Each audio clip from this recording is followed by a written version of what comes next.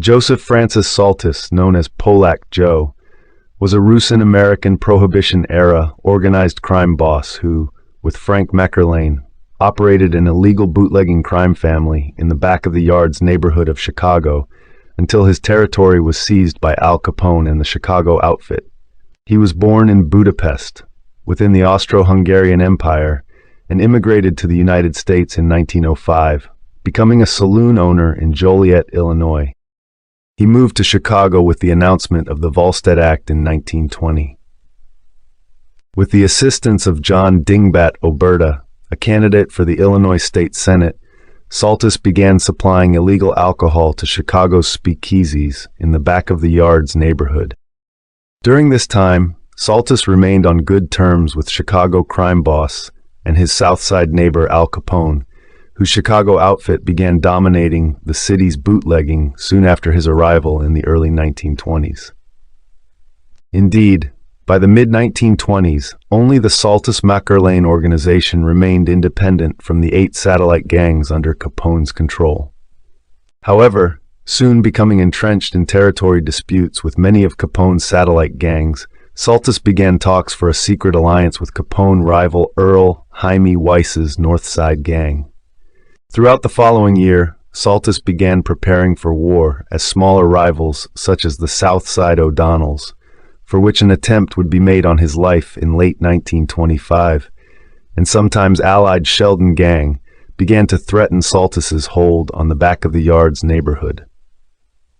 Soon gunmen such as Frank Lefty Consul, Charlie Big Hayes Hubasek, and Frank Meckerlane joined Saltis's ranks.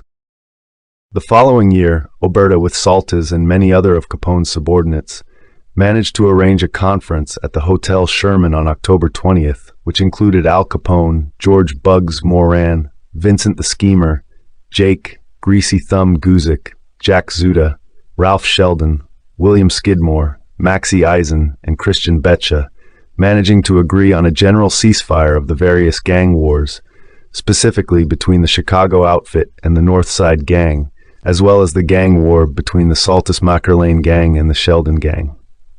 The ceasefire lasted a little over 2 months before war broke out again when members of Saltis-Meckerlane gang killed Sheldon gang member Hillary Clements on December 30th.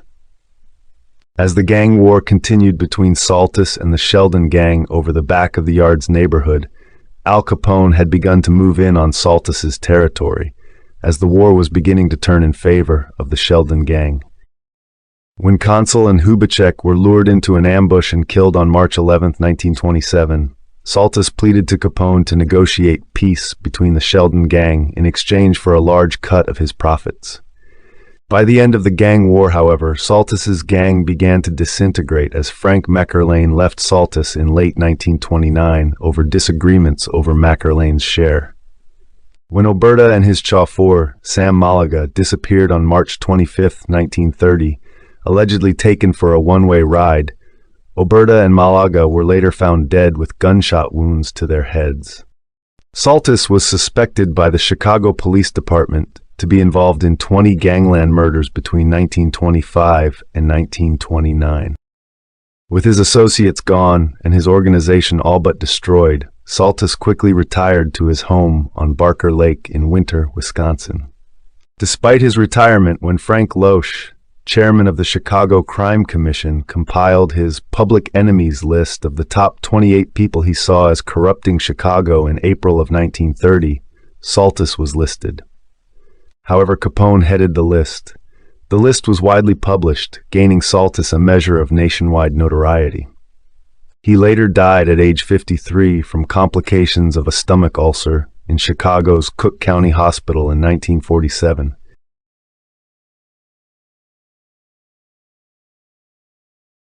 The Sheldon Gang was a Chicago criminal gang during the early years of Prohibition, known for being the main rivals of the Saltis-Meckerlane Gang and the Southside O'Donnell brothers. The gang's primary activities included bootlegging and hijacking of trucks and alcohol shipments. The gang was founded by Ralph Sheldon in the months following the passage of the Volstead Act, and it quickly became one of the major liquor suppliers in Chicago's Southwest Side, as well as a main supplier to Al Capone. The gang maintained an uneasy truce with the other rival gangs until 1923, when a brief gang war broke out between the Sheldon Gang and the Southside O'Donnells, until O'Donnell leader Edward O'Donnell was forced to leave Chicago after being severely wounded by Frank McErlane during a drive-by shooting on September 25, 1925. Once the O'Donnells were eliminated, the Saltus-McErlane Gang, former allies of the Sheldon Gang, continued attacking the Sheldon Gang, and by April of the following year, the gang had lost their two top distributors, Frank De Laurentiis and John Tasillo. In October, a general amnesty had been ordered between Al Capone's Chicago outfit and Bugs Moran's North Side Gang. However, on December 30th, Sheldon Gang member Hillary Clements was killed by the Saltus-McErlane Gang, and in retaliation the Sheldon Gang killed Saltus gunmen Charlie Hubesek and Frank Consul on March 11, 1927.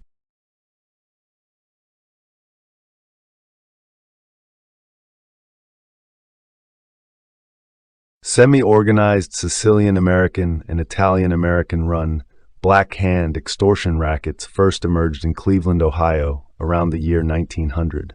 The Cleveland Division of Police soon established an Italian squad, also known as the Black Hand Squad, to deal with the problem.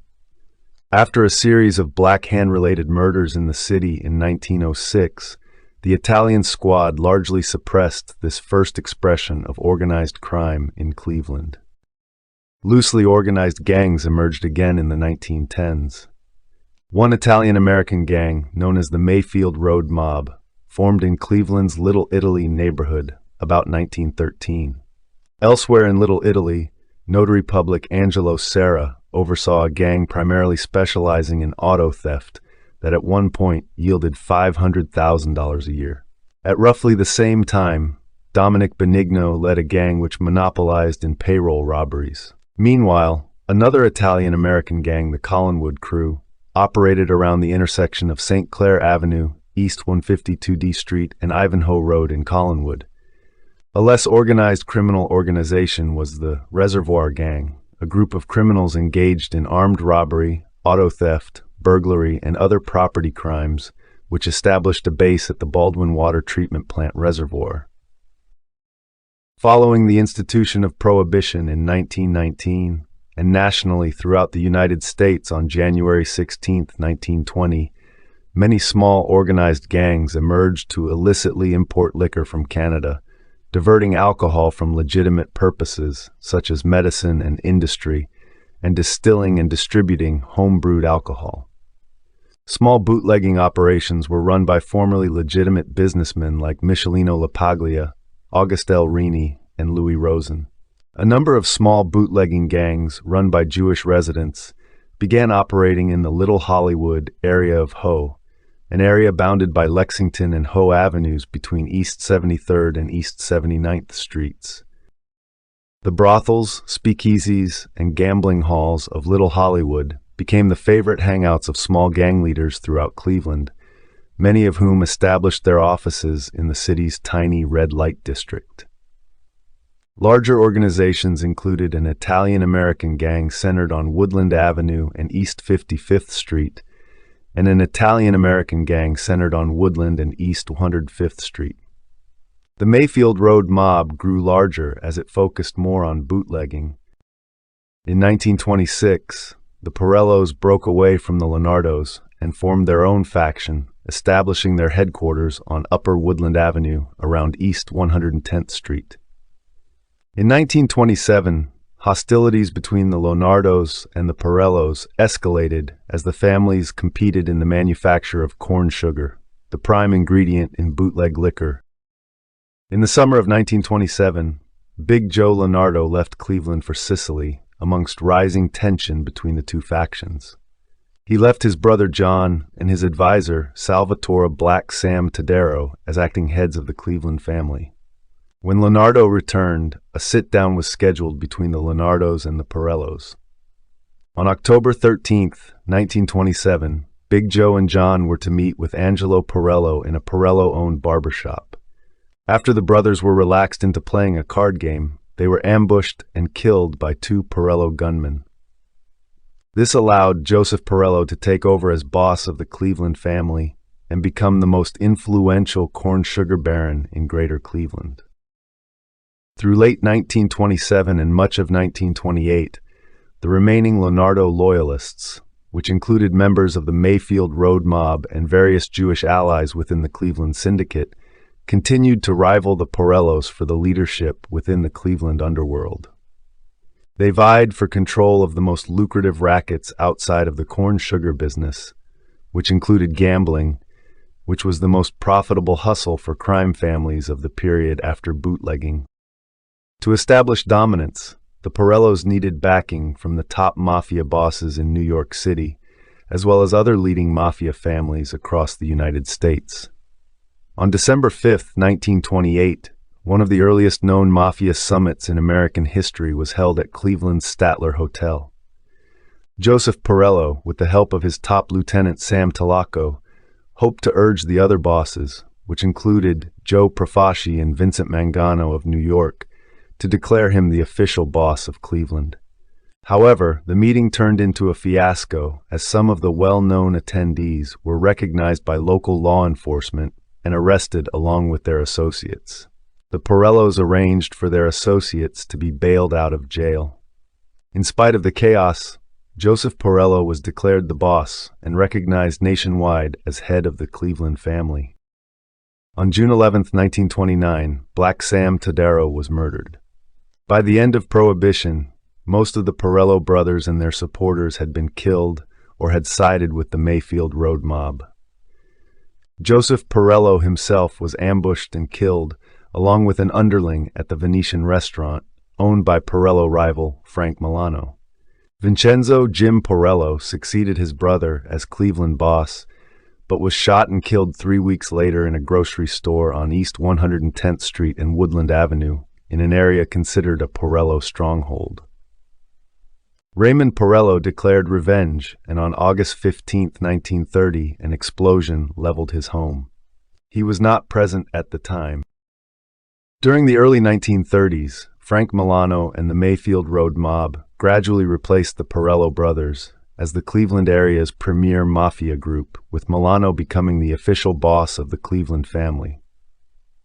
In 1931, Milano joined the National Crime Syndicate, a network of powerful criminals which included Charles Lucky, Luciano, and Meyer Lansky. By 1932, Milano had become one of the top mafia bosses in the country and a charter member of the Commission, the mafia's governing body.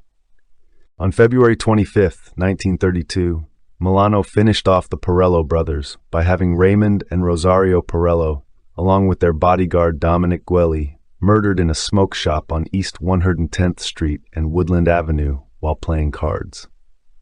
The remaining Porellos subsequently backed out of the Cleveland underworld and fled the area. In 1935, Milano fled to Mexico after being indicted for tax evasion. Alfred Polizzi, another leading member of the Mayfield Road Mob, seized power and reigned as boss until 1944, when he himself was convicted of tax evasion. Following Polizzi's ouster in 1944, John Scalish began the longest reign of any Cleveland boss. Under his leadership, the Cleveland family developed ties with important crime figures such as Lansky, Shondor Burns, Mo Dalitz, and Tony Accardo, as well as the Chicago outfit and the Genovese crime family in New York. Additionally, the family expanded its influence to areas throughout the Midwest, California, Florida, and Las Vegas, Nevada. The family helped finance the construction of Las Vegas Desert Inn Casino Hotel in the late 1940s and received a percentage of profits from the resort in exchange for providing protection. In the 1950s, the Cleveland family reached its peak in size, with about 60 made members and several times as many associates. By the 1970s, however, the family's membership began to decrease after John Scalish chose not to induct new members. The family's main sources of income during this period came from two primary sources: a partnership with other Midwestern crime families, which allowed the organization to profit from the skim of various Las Vegas casinos, and an arrangement with the Pittsburgh crime family which entitled the Cleveland family to 25% of the Pittsburgh family's profits from rackets in Youngstown. The Cleveland, Kansas City, and Milwaukee families also exerted influence over the multi-billion-dollar Central States Pension Fund of the International Brotherhood of Teamsters, and in 1974 the three groups backed a $62 million pension fund loan to buy 2 Las Vegas casinos. Additionally, the Cleveland family collected protection money from casinos in western Pennsylvania and northern Kentucky.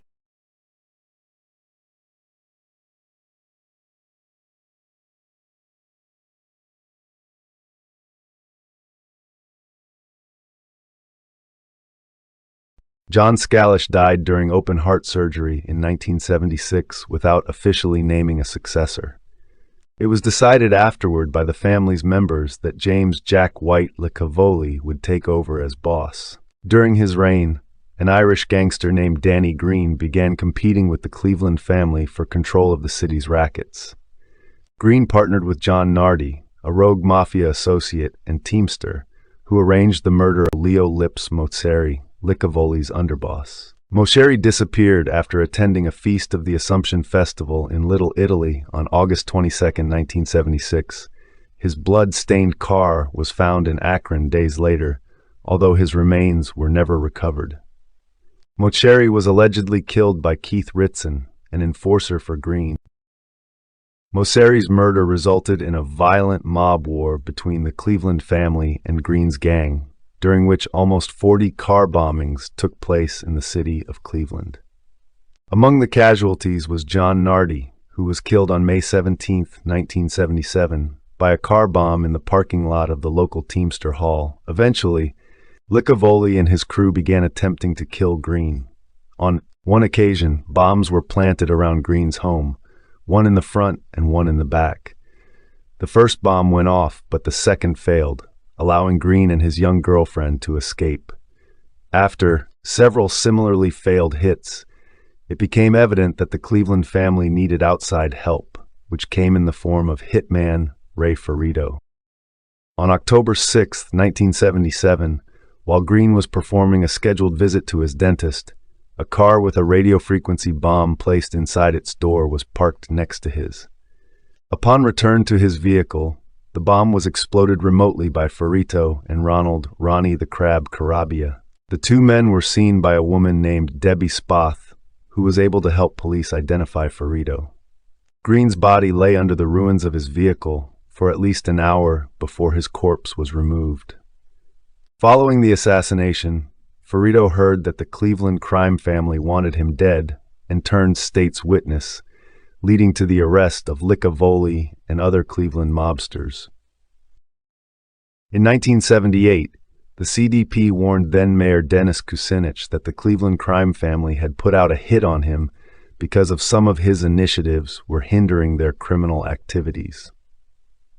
Police informed Kucinich that a hitman was planning on shooting the mayor while he marched in the Columbus Day Parade. Kucinich missed the parade as he was hospitalized with a ruptured ulcer.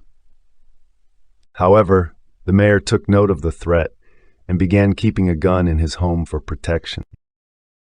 Emboldened by the sudden death of Cleveland consigliere Anthony "Tony Dope" Del Santer in August 1977, Vincent Two-Gun Jimmy Prado, the local captain from the Pittsburgh family, attempted to establish a monopoly over gambling and extortion rackets in Youngstown, a territory which had historically been shared between the two families.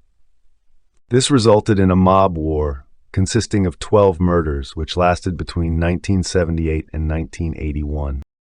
The Pittsburgh family emerged victorious after the disappearances of Cleveland captain Charlie the Crab Carabia in December 1980 and his crew's top hitman, Joseph DeRose Jr., in April of 1981. According to testimony from Pittsburgh mobster-turned-government witness Lenny Strollo, Carabia was lured to a meeting at a Youngstown donut shop and killed on the orders of Prado and his chief underling, Joseph Little Joey Naples, in order to give the Pittsburgh family undisputed control over Youngstown. The killing, as per Strollo's testimony, was carried out with the permission of the Cleveland family leadership. Eventually, Licavoli was sent to prison for RICO charges related to the murder of Green in 1982. Angelo Leonardo, the son of Joseph Leonardo, took control of the Cleveland family until 1984, when he was convicted of running a drug ring and was sentenced to life imprisonment. Angelo Leonardo then became an informant, making him the highest-ranking mafia turncoat up to that time. He informed on powerful mafiosi from numerous families while in prison and caused serious damage to the mafia's infrastructure. After Leonardo became an informant, John Peanuts Tronalone, a longtime Miami Beach resident and South Florida point man for the Genovese family, was named the new boss of the Cleveland family. In 1989, Tronalone became the only mafia boss to have the distinction of being arrested in a hand-to-hand undercover transaction by local law enforcement when he accepted jewelry from Dave Green, an undercover Broward County deputy, in exchange for bookmaking and loan sharking debts. Tronalone died in 1991 before he could start his 9-year state prison sentence. By 1990, the Cleveland family had been so aggressively dismantled by law enforcement agencies that the family had no made members who were not imprisoned, and the organization was reported to be virtually defunct. In addition to convictions, defections, and deaths, the loss of the family's influence over the IBT also significantly weakened their stature. After Tronalone's death, Anthony Tony Lib Liberator took over the remnants of the Cleveland family until he was imprisoned for racketeering and money laundering in 1993. Following the imprisonment of Liberator, two mafiosi who had been inducted into the family by Angelo Leonardo in 1983, Joseph Joe Luce Iacobacci and Russell Pappalardo, became the leading figures in the Cleveland Mafia. Iacobacci, along with Alfred Ali Calabrese, was convicted of bank fraud and sentenced to 3 years in federal prison in 1995, during which time Pappalardo served as acting boss of the family. In May 1998, Anthony Del Monte, an associate of the Cleveland family and the Rochester, New York faction, the Bonanno crime family, became a confidential informant for the FBI's Cleveland office and provided the Bureau with information on a mafia-controlled Rochester to Cleveland stolen car ring, a Los Angeles to Cleveland cocaine ring headed by Cleveland businessman Robert E. Walsh, and a $10 million per year numbers racket operated by Virgil Ogletree, a former associate of Shondor Burns and Don King. Del Monte covertly recorded over 500 audio and videotapes, which led to the seizure of $100,000 in illicit gambling money, $250,000 in stolen vehicles, and 700 kilograms of cocaine, and over 100 convictions in Cleveland and Rochester between 2000 and 2002. Despite the imprisonment of Iacobacci in the late 1990s, he and Pappalardo were reportedly able to steadily rebuild the organization in the 21st century. Iacobacci inducted new members into the family, forged ties with the Chicago outfit, the Detroit Partnership, and the DeValconte crime family of New Jersey, and reportedly oversaw rackets in Cleveland, Youngstown, Pittsburgh, and Rochester. He would retire in the 2000s after he reportedly relinquished much of his family's territory to the Chicago outfit. Pappalardo succeeded Iacobacci as boss of the Cleveland family upon his retirement. In 2020, crime reporter Scott Bernstein described the organization as, "These days, the Cleveland crime family is a small group of mostly old-timers, bookies, and loan sharks." According to Bernstein, the Cleveland Mafia is an almost benign group with a limited formal structure.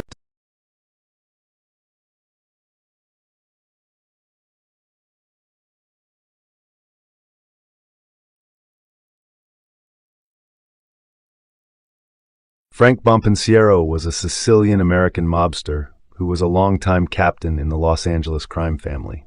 In 1956, with the death of boss Jack Dragna, he was demoted to the rank of soldier by the new boss, Frank D. Simone. He was the older brother of associate Salvatore Sam Bompensiero. He made a name for himself for the many killings he committed on the orders of his superiors.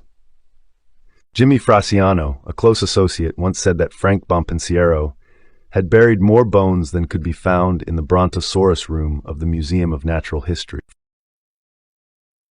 His family was from Porticello, Sicily. His family immigrated to the United States in 1904 along with the Balistrieri family. Frank Balistrieri would eventually lead the Milwaukee crime family. After the family settled in Milwaukee, Bompensiero was born on October 29, 1905.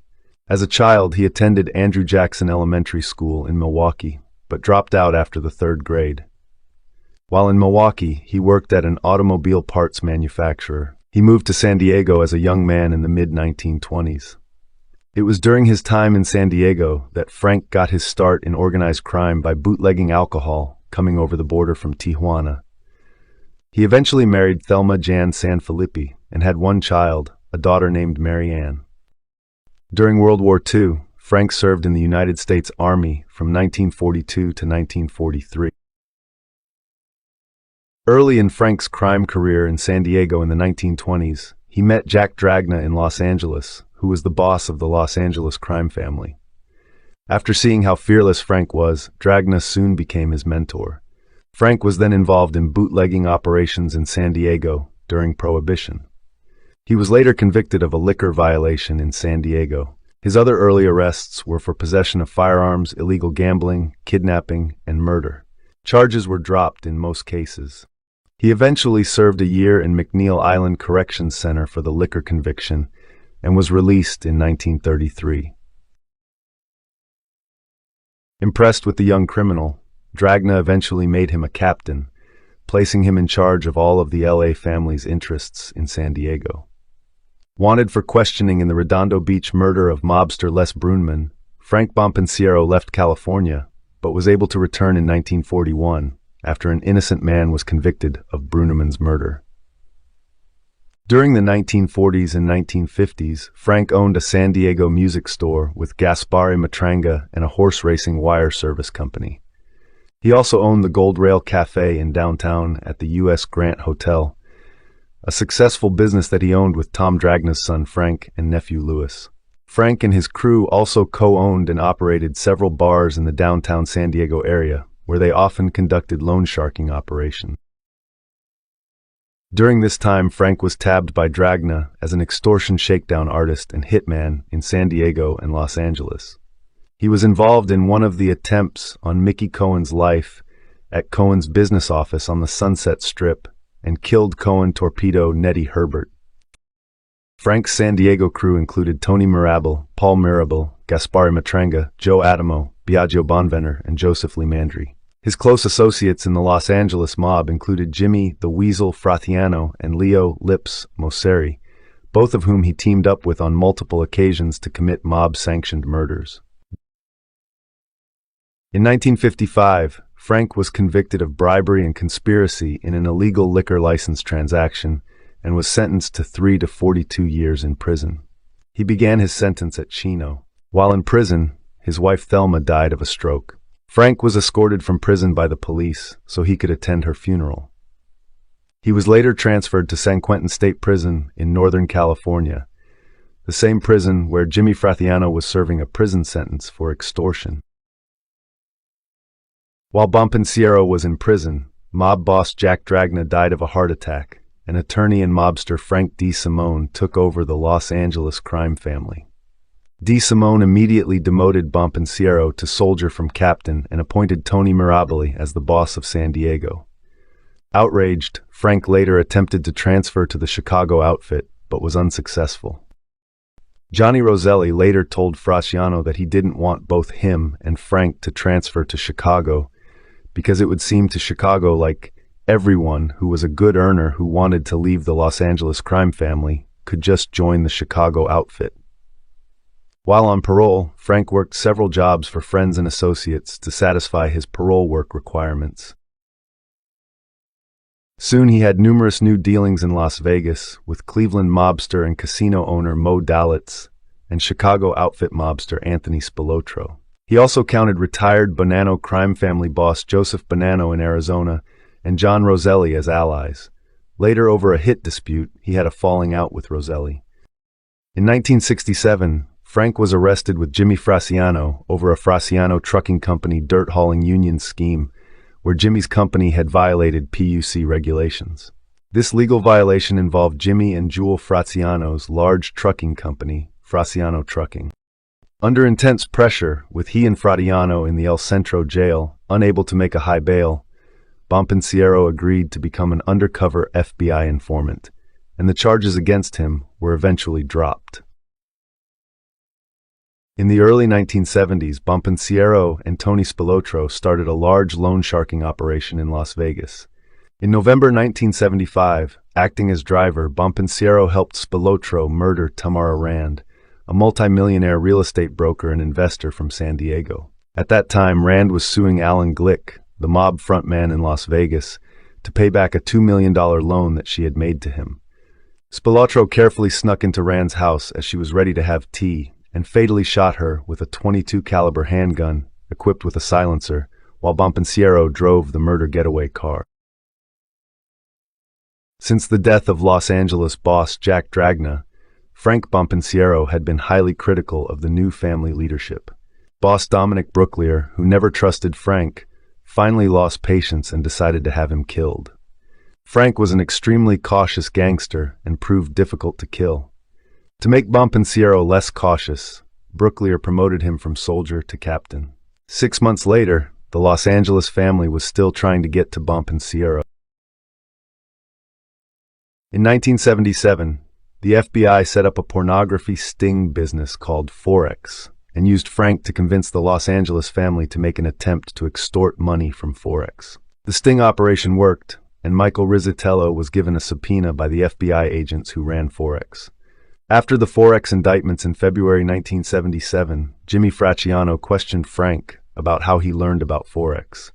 Unsatisfied with Frank's cagey responses, Jimmy became convinced that Frank was an informant. A week later, on February 10, 1977, Frank was shot to death at close range with a silencer-style .22 caliber handgun while walking home after using a payphone outside an Arco station in the Pacific Beach neighborhood of San Diego. In 1978, Fraziano told law enforcement that mob associate Thomas Ricciardi had killed Frank in return for membership in the Los Angeles family. When Ricciardi shot Bompensiero, Jack Locicero was waiting in the getaway car. The government later charged Ricciardi with Bompensiero's murder, but he died of heart disease before the trial could start. The rest of the defendants were acquitted of murder at the trial, but were convicted of racketeering.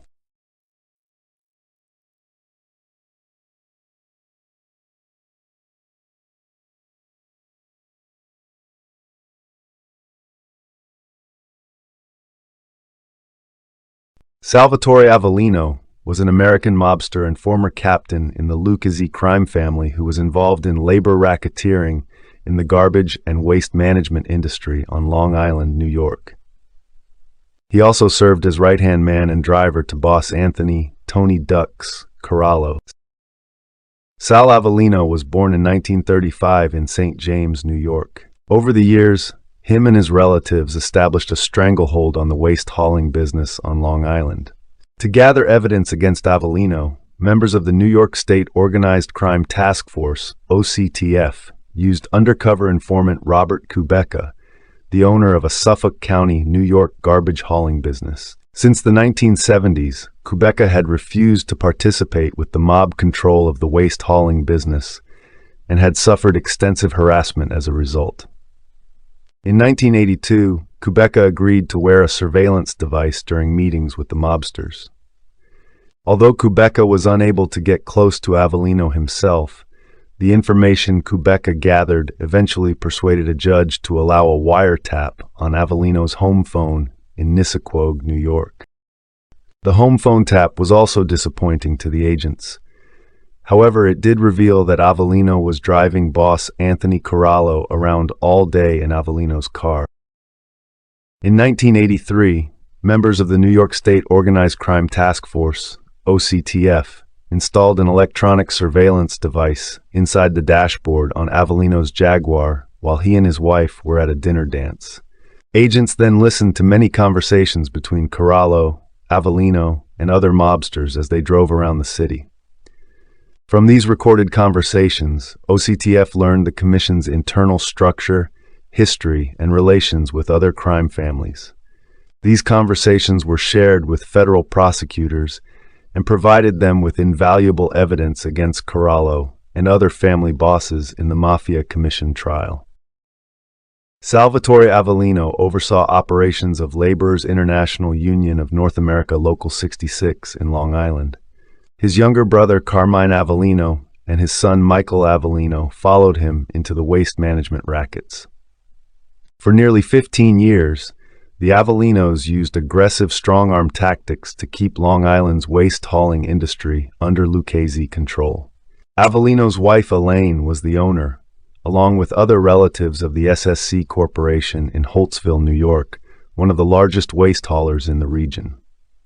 In 1983, he ordered his son Michael and son-in-law Michael Milena to set fire to competitors' garbage trucks. During one recorded phone call, Avellino explained the Lucchese plans for the waste hauling industry on Long Island to an associate.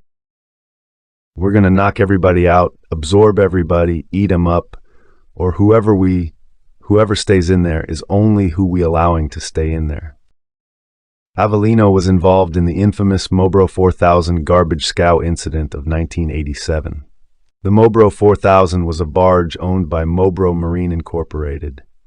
It was made infamous in 1987 for hauling the same load of trash along the east coast of North America from New York City to Belize and back, until a way was found to dispose of the garbage.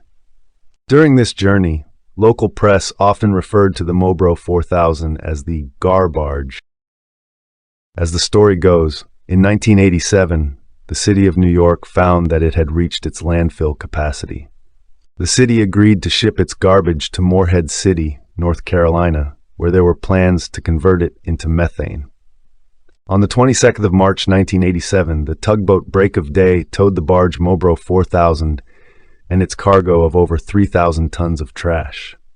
Chartered by entrepreneur Lowell Harrelson and Long Island mob boss Salvatore Avellino, it set sail on March 22nd from Islip, New York, escorted by the tugboat Break of Dawn and carrying 3,200 tons of trash headed for a pilot program in Morehead City, North Carolina, to be turned into methane.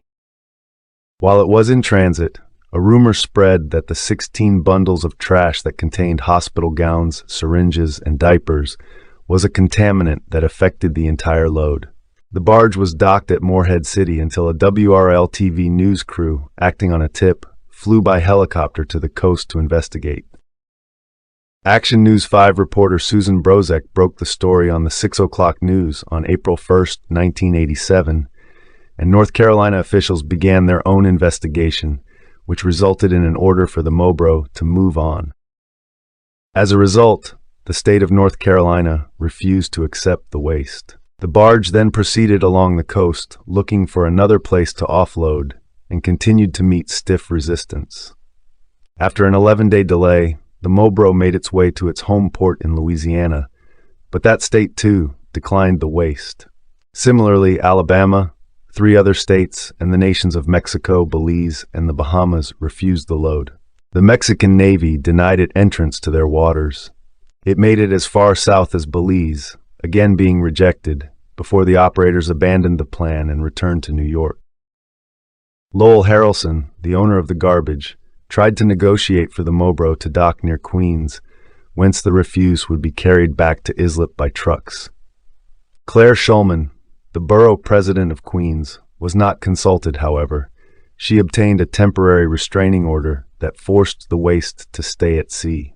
The Mobro and its decaying cargo stayed off the shores of Brooklyn until July, when the vessel was granted a federal anchorage in New Jersey. The court hearings ran until October, when it was agreed that the cargo should be incinerated in Brooklyn. The 430 tons of ash that remained from this process was added to the landfill in Islip.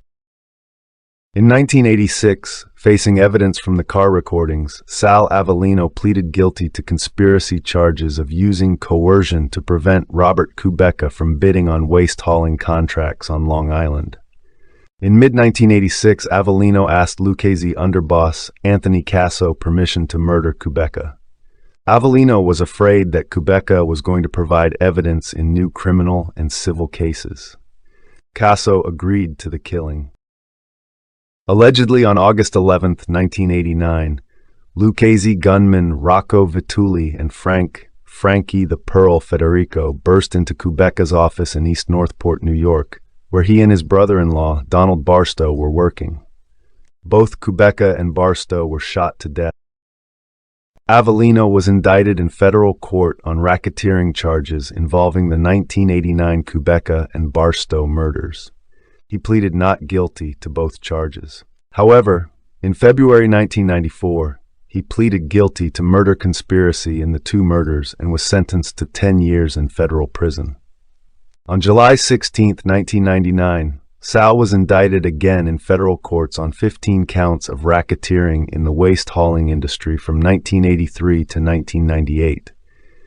In March 2001, he pleaded guilty to using threats of violence to run his Long Island waste hauling business from federal prison. As part of a plea deal, Sal was to serve 5 more years in prison after the end of his racketeering sentence. On October 13, 2006, he was released from federal prison.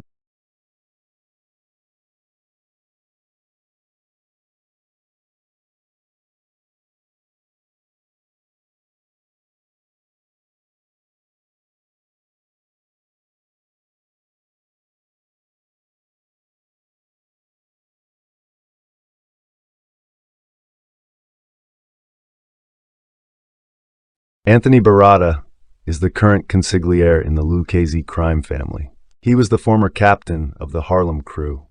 He was made into the family and operated with the Bronx faction in 1978. He owned a restaurant in East Harlem and regularly spent time at Rao's on Pleasant Avenue. In the early 1980s, Anthony Barata was promoted to captain of the Harlem Crew, controlling the Pleasant Avenue narcotics ring in East Harlem and other rackets in the Bronx and Long Island. Barata placed soldier Joseph Massaro in charge of running his Long Island topless bars operations. In 1980, Barata and Massaro started a feud with the Bonanno family when Massaro began taking over the Bonanno's topless bars. FBI agent Joseph Pistone, who was working undercover in the Bonannos as Donnie Brasco, heard of the two families having a sit-down over Long Island topless bars. In November 1989, Barata, along with boss Vic Amuso, underboss Anthony Casso, captains Al Diarco, Sal Avellino, Peter Chiodo, Bobby Amuso, and Frank Lastarino inducted Richie Pagliarulo, Mike DeSantis, Frank Federico, and 2 others into the family. In January 1991, boss Vic Amuso and underboss Anthony Casso went into hiding and promoted Al Diarco to acting boss. Barata was promoted to acting underboss and Stephen Crea to acting consigliere. In 1991, Barata, serving as acting underboss, viewed a Genovese family list of proposed new members. He commented to Diarco, after seeing the name Ralph D. Simone, "He is a rat." A sit-down was arranged between the two families. The Genovese family acting boss Liborio Bellomo, acting underboss Michael Generoso, and consigliere James Ida attended the meeting to discuss Ralph D. Simone, with Lucchese's acting boss Al Diarco and Barata as acting underboss. The Genovese leaders asked Barata about D. Simone. He said D. Simone had been a government witness. The Genovese leaders leave, saying, "We'll take care of it." On June 13, 1991, D. Simone's dead body was found in a trunk of a car at LaGuardia Airport. In early September 1991, Amuso demoted Diarco and created a ruling panel to run the family. Barata became a member along with Salvatore Avellino, Frank Lastarino, and Alpnance D'Arco. Barata was also given control of the Garment Center racket with Sidney Liberman. Amuso transferred Patty Delarusso, a soldier in charge of running the airport rackets, from Al Diarco crew into Barata's crew. Barata was in charge of arranging the panel meetings. The first was held in East Harlem. On September 18, 1991, Barata, along with Captain Frank Lastarino and soldiers Mike DeSantis and Frankie Federico, conspired to kill Alphonse Diarco in the Kimberly Hotel in Manhattan, but failed. Diarco defected on September 21, 1991, and became a government witness. The ruling panel continued to control the family in October 1991. They made Thomas D'Ambrosia, Joseph Tortorello Jr., Frank Gioia Jr., Gregory Capello, and Jody Calabrese into the Lucchese family. In June 1992, Barada was jailed on murder and racketeering charges and took a plea deal. He was sentenced to 15 years in prison. In January 1995, Barada was indicted along with Carmine Avellino, Frank Federico, and Rocco Vitulli on the August 1989 murders of Robert Kubecka and Donald Barstow, two executives of a Long Island trash collection company. In September 1996, Barada was imprisoned in the Otisville Federal Correctional Institution. He began working with DeCavalcante crime family associates in trafficking Asian heroin. On September 23, 1997, Barada, along with Albert Pucco and 12 others, were arrested and charged with conspiracy to sell narcotics. He was sentenced to 8 years in prison. He was released from prison in 2012.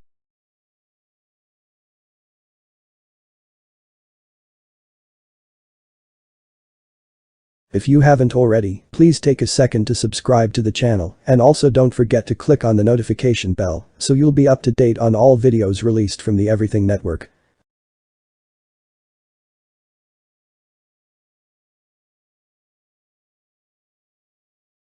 The New Orleans crime family had a history of criminal activity dating back to the late 19th century. These activities included racketeering, extortion, gambling, prostitution, narcotics distribution, money laundering, loan sharking, fencing of stolen goods, and murder. Operating along the Gulf Coast, with its main criminal activity centered in the New Orleans area, the organization reached its height of influence under bosses Silvestro Carollo and Carlos Marcello. The Matranga crime family, established by Charles and Antonio Tony Matranga, was one of the earliest recorded American Mafia crime families operating in New Orleans during the late 19th century until the beginning of Prohibition in 1920. Silver Dollar Sam, Silvestro Carollo, Carlos Marcello, and Anthony Carollo were the main men associated with the New Orleans Mafia during the peak of their criminal activities. Born of Arboresque descent and members of the Italo-Albanian Catholic Church in Piana degli Albanesi, Sicily, Carlo and Antonio Matranga immigrated to New Orleans during the 1870s and eventually opened a saloon and brothel. Using their business as a base of operations, the Matranga brothers began establishing lucrative, organized criminal activities, including extortion and labor racketeering.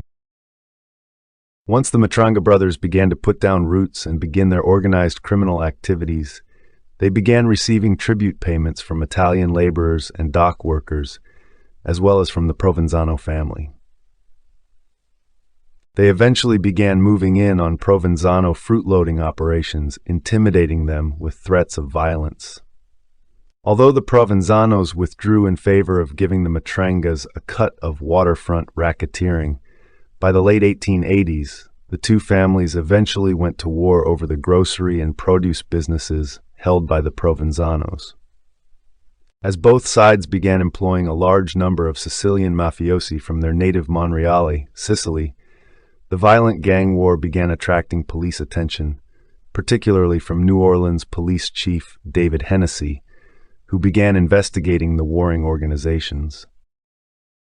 The murder of Hennessy created a huge backlash from the city, and although Charles and several members of the Matrangas were arrested, they were eventually tried and acquitted in February 1891, with Charles Matranga and a 14-year-old member acquitted midway through the trial, as well as 4 more who were eventually acquitted and 3 others released in hung juries.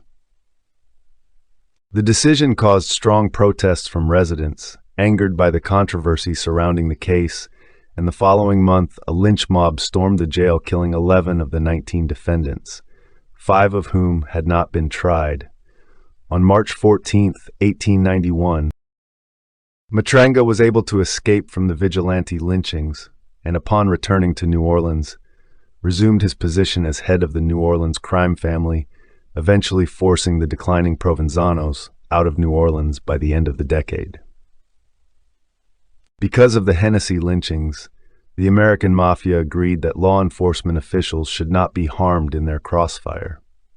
Matranga would rule over the New Orleans underworld until shortly after Prohibition, when he turned over leadership to Silvestro Sam Carollo in the early 1920s. Silver Dollar Sam, Carollo led the New Orleans crime family, transforming predecessor Charles Matranga's Black Hand Gang into a modern organized crime group. Born in 1896 in Sicily, Carollo immigrated to the United States with his parents in 1904. By 1918, Carollo had become a high-ranking member of Matranga's organization, eventually succeeding him following Matranga's retirement in 1922. Assuming control of Matranga's minor bootlegging operations, Carollo waged war against rival bootlegging gangs, gaining full control following the murder of William Bailey in December 1930. Gaining considerable political influence within New Orleans, Carollo is said to have used his connections when, in 1929, Al Capone supposedly traveled to the city demanding he supply the Chicago outfit, rather than Chicago's Sicilian mafia boss Joe Aiello, with imported alcohol. Meeting Capone as he arrived at a New Orleans train station, Carollo, accompanied by several police officers, reportedly disarmed Capone's bodyguards and broke their fingers, forcing Capone to return to Chicago. In 1930, Carollo was arrested for the shooting of federal narcotics agent Cecil Moore, which took place during an undercover drug buy. Despite support by several New Orleans police officers who testified Carollo was in New York at the time of the murder, he was sentenced to 2 years. Released in 1934, he negotiated a deal with New York mobsters Frank Costello and Philip "Dandy Phil" Castile, as well as Louisiana Senator Huey Long, to bring slot machines into Louisiana, following New York Mayor Fiorello LaGuardia's attacks on organized crime. Carollo, with Lieutenant Carlos Marcello, would run illegal gambling operations undisturbed for several years. His legal problems continued, as he was scheduled to be deported in 1940, after serving 2 years in Atlanta Federal Penitentiary, following his arrest on a narcotics charge in 1938. His deportation was delayed following the U.S. entry into World War II, and Carollo would continue to control the New Orleans crime family for several years before a campaign begun by reporter Drew Pearson exposed an attempt by Congressman James H. Morrison to pass a bill awarding Carollo with American citizenship, thereby making deportation illegal. Carollo would be deported in April 1947.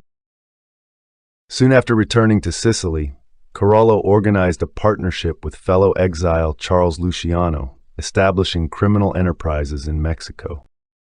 Briefly returning to the United States in 1949, he was deported the following year as control of the New Orleans crime family reverted to Carlos Marcello.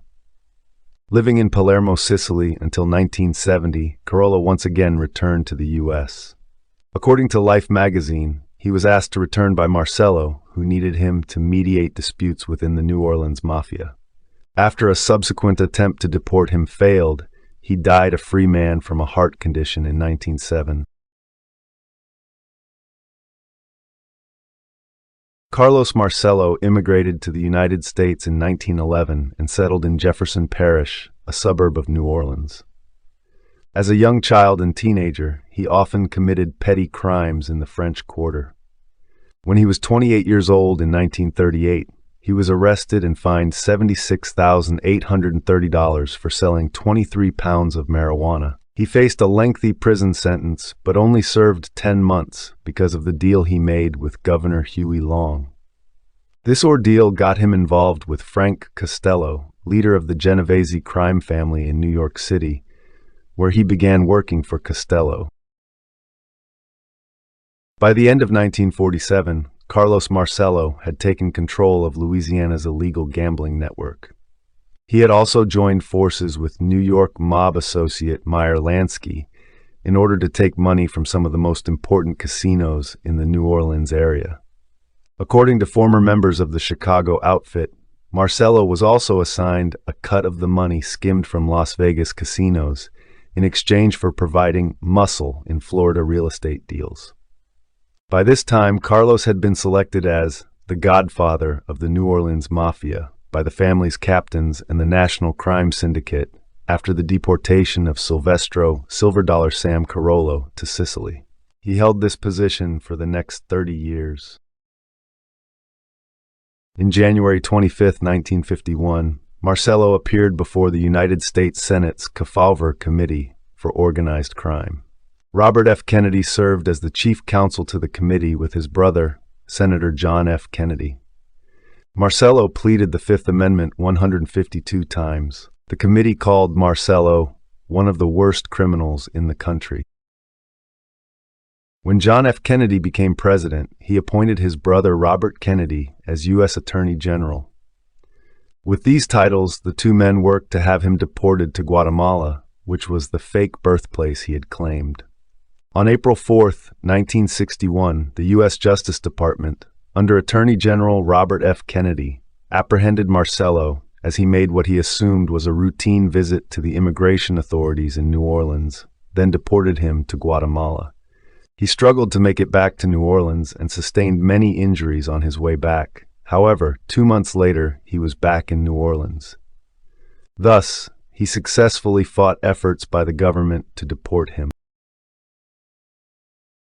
In November 1963, Carlos was tried for conspiracy to defraud the United States government by obtaining a false Guatemalan birth certificate and conspiracy to obstruct the United States government in the exercise of its right to deport him.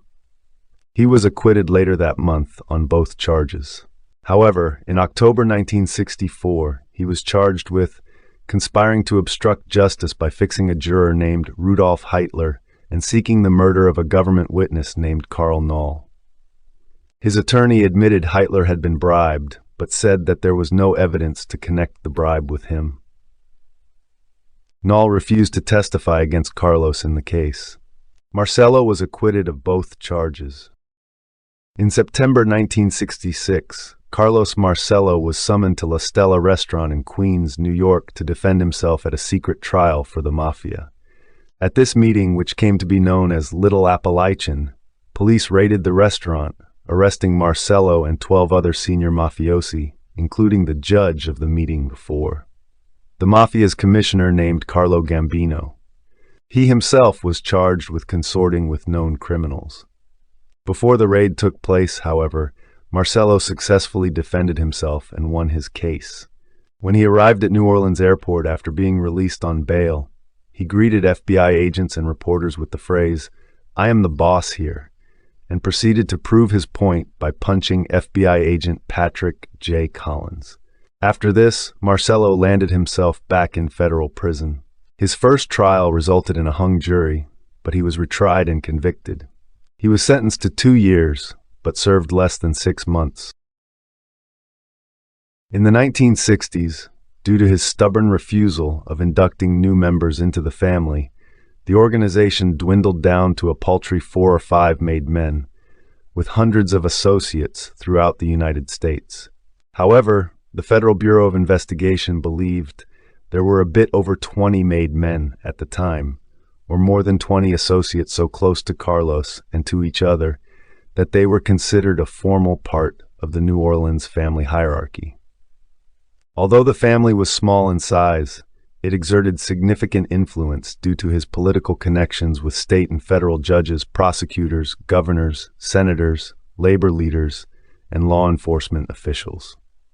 Members of the New Orleans family received protection from Jim Garrison, the district attorney of Orleans Parish, who dismissed 84 cases brought against mafiosi, including 1 for attempted murder, 3 for kidnapping, and 1 for manslaughter.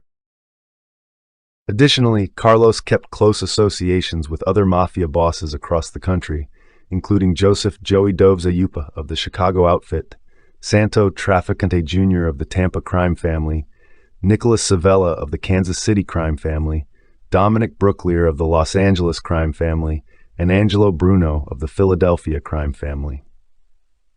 The New Orleans family was also closely linked with the Dixie Mafia, initially through Marcello's association with Leroy Hobbs, the sheriff of Harrison County, Mississippi. He permitted the Dixie Mafia to operate in New Orleans in exchange for a percentage of that group's earnings, and on the condition that Dixie members avoid the attention of authorities and refrain from encroaching on his rackets. Under Marcello's rule, the family outsourced debt collection and contract killing to members of the Dixie Mafia and the Outlaws Motorcycle Club.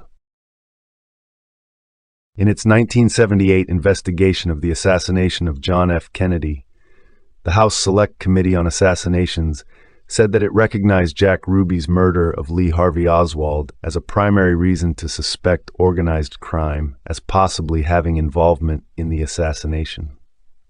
In its investigation, the HSCA noted the presence of credible associations relating both Lee Harvey Oswald and Jack Ruby to figures having a relationship, albeit tenuous, with Marcello's crime family or organization.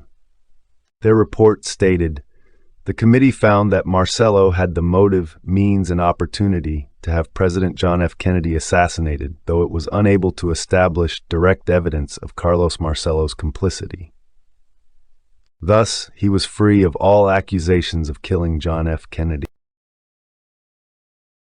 In 1981, Carlos Marcello, Aubrey W. Young, a former aide to Governor John James Keithan, Charles E. Romer II, former Commissioner of Administration to Governor Edwin Edwards, and two other men were indicted in the United States District Court for the Eastern District of Louisiana in New Orleans with conspiracy, racketeering, and mail and wire fraud in a scheme to bribe state officials to give the five men multi-million-dollar insurance contracts.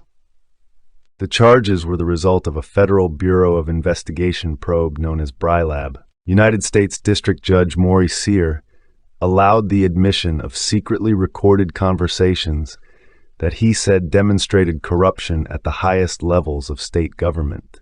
Marcello and Romer were convicted, but Young and the two others were acquitted.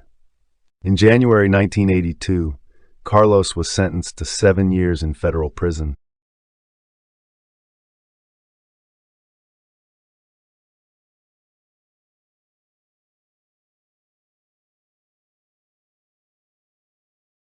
Due to his imprisonment and ill health, Carlos Marcello lost the ability to manage the New Orleans family, and the organization became effectively leaderless. His younger brother and former underboss, Joseph Paul Marcello Jr., took control of the family as acting boss, but was an ineffective leader. The owner of several restaurants in the New Orleans area, Joseph Marcello dedicated most of his efforts into the restaurant industry, while three other Marcello siblings, Vincent, Sammy, and Anthony, focused solely on the family's slot machine business. The oldest Marcello brothers, Peter and Pascal, went into retirement, and Carlos Marcello's only son, Joseph, Little Joe Marcello, was a multi-millionaire, legitimate businessman who never joined his father's crime family. In April 1982, Joseph Marcello was indicted on charges of lying to a grand jury investigating the assassination of Texas Judge John H. Wood, Jr. Wood had been killed in 1979 by the hitman Charles Harrelson under contract from the Texas drug lord Jamil Jimmy Chagra, an associate of the Marcello family. By 1986, two associates of the New Orleans family operating in the French Quarter, Frank Carassi and Nick Carno, had begun acting as independent racketeers, refusing to answer to Marcello and instead encouraging the arrival of the Gambino crime family and the Philadelphia crime family into New Orleans. In 1990, Anthony Carollo, the son of Silvestro Silver Dollar Sam Carollo and longtime New Orleans family member, became boss of the organization after Joseph Marcello stepped down. Carollo and an associate, Sebastian Buster Salvatore, met in New York with John Gotti and Salvatore Sammy the Bull Gravano of the Gambino family to seek assistance in taking over the soon-to-be legalized video poker industry in Louisiana. Carollo's underboss, Fat Frank Gagliano Sr., also authorized a request by representatives of the Philadelphia family for permission to move into casino gambling and cocaine trafficking in New Orleans.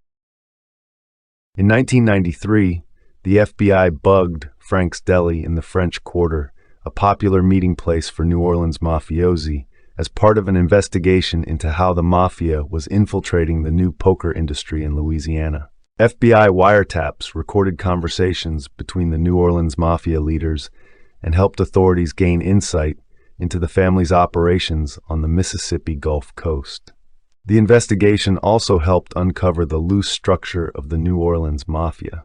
In May 1994, following an FBI sting dubbed Operation Hard Crust, Carollo, with 16 members of the Marcello, Gambino, and Genovese families, were arrested on charges of infiltrating the newly legalized Louisiana video poker industry, racketeering, illegal gambling, and conspiracy.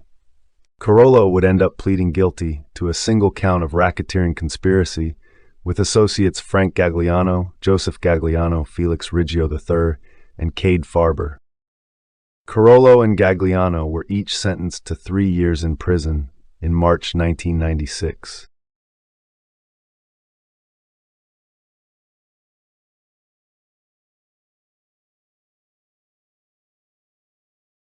If you haven't already, please take a second to subscribe to the channel, and also don't forget to click on the notification bell so you'll be up to date on all videos released from the Everything Network.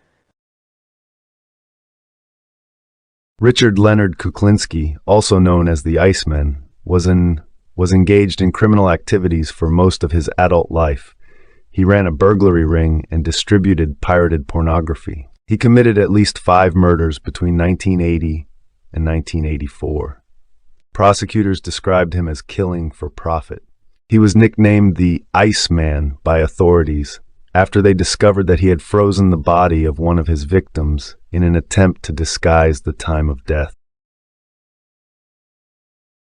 Kuklinski lived with his wife and children in the New Jersey suburb of Dumont. They knew him as a loving father and husband, although one who also had a violent temper.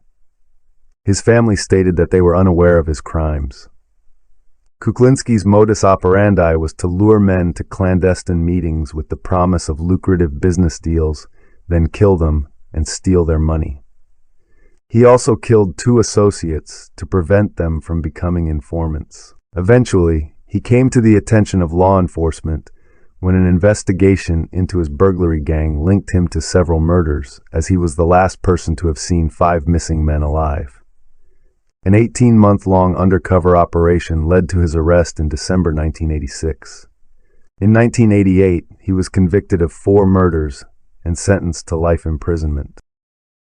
In 2003, Kuklinski received an additional 30-year sentence after confessing to the 1980 murder of an NYPD detective. After his murder convictions, he gave interviews to writers, prosecutors, criminologists, and psychiatrists. He claimed to have murdered anywhere from 100 to 200 men, often in gruesome fashion. None of these additional murders have been corroborated. In 2020, ATF Special Agent Dominic Polifrone said, "I don't believe he killed 200 people. I don't believe he killed 100 people. I'll go as high as 15 maybe." He also claimed to have worked as a hitman for the Mafia. He said he participated in several famous Mafia killings, including the disappearance and presumed murder of Teamsters president Jimmy Hoffa. Law enforcement and organized crime experts have expressed skepticism about his claimed Mafia ties. He was the subject of 3 HBO documentaries aired in 1992, 2001, and 2003, several biographies, and a 2012 feature film called The Iceman. He was born on April 11, 1935, in his family's apartment on 4th Street in Jersey City, New Jersey, to Stanley Kuklinski, a Polish immigrant from Karwacz, Masovian Voivodeship. His father worked as a brakeman on the Delaware, Lackawanna, and Western Railroad. His mother was Anna Cecilia McNally from Harsimus, a devoutly Catholic first-generation Irish-American who worked in a meatpacking plant. He was the second of 4 children. According to Kuklinski, his father was a violent alcoholic who beat his children regularly and sometimes beat his wife. Stanley abandoned the family while Richard was still a child, but returned periodically, usually drunk, and his returns were often followed by more beatings for Richard. In 1940, Stanley's beatings caused the death of Kuklinski's older brother, 7-year-old Florian Kuklinski, who died in 1941. Stanley and Anna hid the cause of the child's death from the authorities, saying he had fallen down a flight of steps. Kuklinski's younger brother, Joseph Michael Kuklinski, was convicted in 1970 of R-wording 12-year-old Pamela Dial and murdering her by throwing her off the top of a 5-story building. When asked about his brother's crimes, Kuklinski replied, "We come from the same father." Anna reportedly was also often abusive. She would beat Richard with broom handles, sometimes breaking the handle on his body during the assaults, and other household objects. He recalled an incident during his pre-teen years when his mother attempted to kill his father with a kitchen knife. Anna was a zealous Catholic and believed that stern discipline should be accompanied by a strict religious upbringing, so Richard was raised in the Roman Catholic Church and served as an altar boy. Kuklinski later rejected Catholicism and regarded his mother as a cancer who destroyed everything she touched. Kuklinski and his first wife, Linda, had 2 sons, Richard Jr. and David. While working for a trucking company, he met Barbara Pedrisi, a secretary at the same firm. Richard and Linda divorced, and he married Barbara in September 1961 and had 2 daughters, Merrick and Kristen, and a son, Dwayne. Kuklinski's family and Dumont, New Jersey neighbors were unaware of his criminal activities and instead believed he was a successful businessman. Barbara described him as a wholesale distributor and said he employed an accountant. She did suspect that some of his income was from illegal activities due to their lifestyle and the large amounts of cash he often possessed. However, given his volatility, she never expressed these worries to him, instead maintaining a "don't ask questions" philosophy when it came to his business life or associates. If Richard suddenly left the house in the middle of the night, Barbara would never ask where he was going. The Kuklinskis divorced in 1993 when Richard was in prison. Barbara said the divorce was for money reasons. She continued to visit him in prison, but only about once a year. On June 6, 1984, Kuklinski filed for personal bankruptcy, listing debts of over $160,000 and assets of only $300. Barbara Kuklinski described her husband's behavior as alternating between good Richie and bad Richie. Good Richie was a hard-working provider and an affectionate father and loving husband who enjoyed time with his family. Barbara remembered that when Merrick became seriously ill soon after she was born, Richard stayed up night after night to care for her. In contrast, Bad Richie, who would appear at irregular intervals, sometimes one day after another, other times not appearing for months, was prone to unpredictable fits of rage, smashing furniture and being violent to his family. During these periods, he was physically abusive to his wife. He broke her nose 3 times and once tried to run her over with his car. His abuse also caused her to have several miscarriages. He was emotionally abusive towards his children, but according to Barbara, never laid a hand on them because she threatened to kill him if he did. Merrick said that he once killed her dog right in front of her to punish her for coming home late. Barbara said that she had once told Richard she wanted to see other people. He responded by silently jabbing her from behind with a hunting knife so sharp she did not even feel the blade go in. He told her that she belonged to him and that if she tried to leave, he would kill her entire family. When Barbara began screaming at him in anger, he throttled her into unconsciousness. Merrick also remembered a number of road rage incidents involving her father. In the mid-1960s, Kuklinski worked at a Manhattan film lab. Through the lab, he accessed master copies of popular films, and he made bootleg copies of Disney animated films to sell. He also discovered a lucrative market for tapes of pornographic movies, making copies and distributing pornography a regular source of income. Through the pornography business, he became associated with members of the Gambino crime family, including Roy DeMeo. He was once arrested for passing a bad check the only crime he was charged with prior to his arrest for murder. He was photographed and fingerprinted, but the charges were dropped, ready to pay back the money owed. Several of his known murder victims were men he met through trafficking pornography and drugs. He also headed a burglary group with associates Gary Smith, Barbara Deppner, Daniel Deppner, and Percy Howe. On January 30th, 1980, Kuklinski killed 42-year-old George Maliband during a meeting to sell him tapes. Maliband was reportedly carrying $27,000 at the time. His body was discovered a week later, on February 5th, 1980. Kuklinski had placed it in a 55-gallon drum and left it near the Chemotex chemical plant in Jersey City. He cut the tendons of Maliband's leg in order to fit the corpse into the barrel. This was the first murder linked to Kuklinski. Maliband's brother told police officers that Maliband was meeting Kuklinski the day he disappeared. After a plea bargain, Kuklinski admitted to shooting Maliband 5 times, saying it was due to business.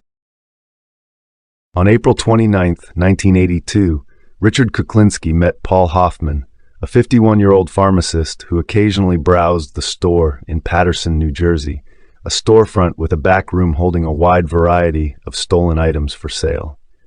Hoffman hoped to make a big profit by purchasing stolen Tagamet, a popular drug to treat peptic ulcers, to resell through his pharmacy. He believed Kuklinski could supply the drugs and badgered him to make a deal.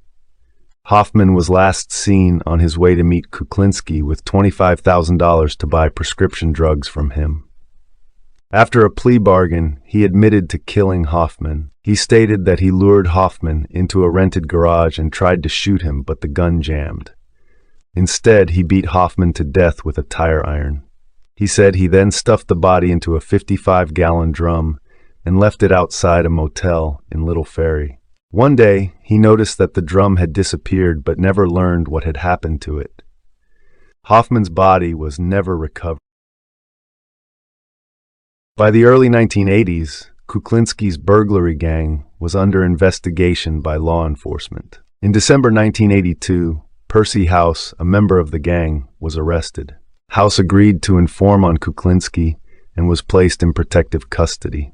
Warrants were also issued for the arrest of 2 other gang members, 37-year-old Gary Smith and Daniel Deppner. Kuklinski urged them to lay low and rented them a room at the York Motel in North Bergen, New Jersey. Smith left the motel to visit his daughter.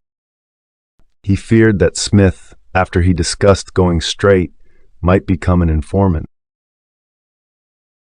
According to the testimony of Barbara Deppner, Kuklinski, Daniel Deppner, and Howe, who was in jail at the time, decided that Smith had to be killed. Kuklinski fed Smith a hamburger laced with cyanide, but when this was slow to work, Daniel Deppner also strangled Smith with a lamp cord. According to forensic pathologist Michael Baden, Smith's death would probably have been attributed to something non-homicidal in nature, such as a drug overdose, if Kuklinski relied solely on the poison. However, the ligature mark around Smith's neck and the fact that the body had been deliberately hidden proved to investigators that he was murdered. After Barbara Deppner did not return with a car to move Smith's body, Richard Kuklinski and Daniel Deppner placed it in box spring. Over the next 4 days, a number of patrons rented the room, and although they thought the smell in the room was odd, most of them did not think to look under the bed. Finally, on December 27, 1982, after more complaints from guests about the smell, the motel manager investigated and discovered the decomposing corpse. After Smith's murder, Kuklinski moved 34-year-old Daniel Deppner to an apartment in Bergenfield, New Jersey, belonging to Rich Patterson, then fiancé of Richard's daughter, Merrick. Patterson was away at the time, but Kuklinski possessed keys to the apartment.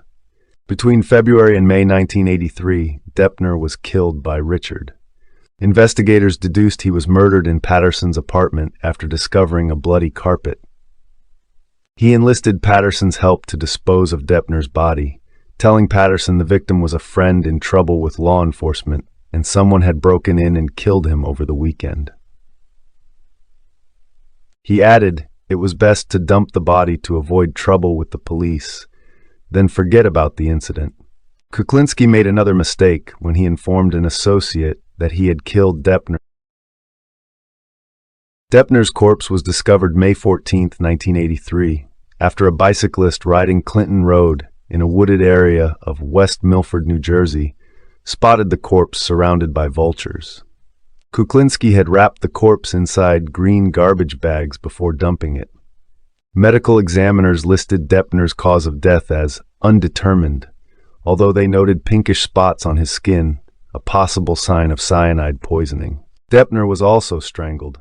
Investigators guessed that Deppner had already been incapacitated, such as by poison, because the partially eaten corpse had no defensive wounds, and healthy adult men are rarely killed by strangulation. The medical examiner found Deppner's stomach full of undigested food, indicating that he had died shortly after or during a meal. The beans that Deppner had eaten were burned, so they reasoned the meal was home-cooked because most restaurants would not get away with serving burned food to customers. Investigating officers discovered the corpse just 3 miles away from the ranch, where Kuklinski's family often went horseback riding. Deppner was the third Kuklinski associate to be found dead. On September 25, 1983, the body of 50-year-old Louis Masgay was discovered near a town park near Clausland Mountain Road in Orangetown, New York, with a bullet hole in the back of his head. Masgay had disappeared over 2 years earlier, on July 1, 1981, the day he was to meet Kuklinski at a New Jersey diner to purchase a large quantity of blank videocassette recorder tapes, for which Masgay had $95,000 in his van. After another plea bargain, Kuklinski admitted to shooting Masgay. His body had been stored in a freezer, then disposed of in the park 15 months later. However, Richard Kuklinski did not thaw the corpse before he dumped it. He also wrapped it in plastic garbage bags, which kept it insulated and partially frozen. The Rockland County medical examiner found ice crystals inside the body on a warm September day. If the body had thawed before discovery, the medical examiner stated he probably would never have noticed Kuklinski's trickery. Investigators realized Masgay was wearing the clothes his wife and son said he was wearing the day he disappeared. The discovery that he froze Masgay's corpse encouraged law enforcement officers to nickname him Iceman, a nickname frequently used in headlines.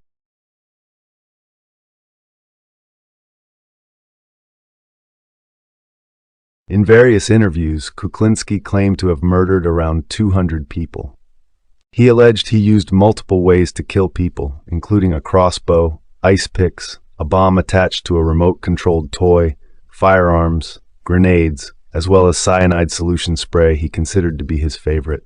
He said he committed his first murder at 14 and murdered homeless people for practice. In 2006, Paul Smith, a member of the task force involved in arresting Kuklinski, and later a supervisor of the Organized Crime Division of the New Jersey Attorney General's office, said, "I checked every one of the murders Kuklinski said he committed, and not one was true." He added, authorities throughout the country could not corroborate one case based on the tidbits Kuklinski gave. In 2020, Dominic Polifrone said, "I don't believe he killed 200 people. I don't believe he killed 100 people. I'll go as high as 15, maybe." Kuklinski also alleged he was a Mafia contract killer, independently working for all the 5 families of New York City, as well as the DeCavalcanti family of New Jersey. He claimed he carried out dozens of murders on behalf of Gambino family soldier Roy DeMeo. He said he was one of the murderers of Bonanno family boss Carmine Galante in July 1979 and Gambino family boss Paul Castellano in December 1985. For the Castellano murder, Kuklinski said he was personally recruited by John Gotti ally Sammy Gravano, who instructed him to kill Castellano's driver and bodyguard, Thomas Bellotti. He told Philip Carlo he was hired by John Gotti to kidnap, torture, and murder John Favara, the man who accidentally hit and killed Gotti's 12-year-old son Frank with his car. Kuklinski's claimed involvement in Mafia hits has been disputed by other authorities. According to Jerry Capisi, Philip Carlo claims the Iceman killed Paul Castellano, Carmine Galante, and Jimmy Hoffa, along with Roy DeMeo and about 200 others.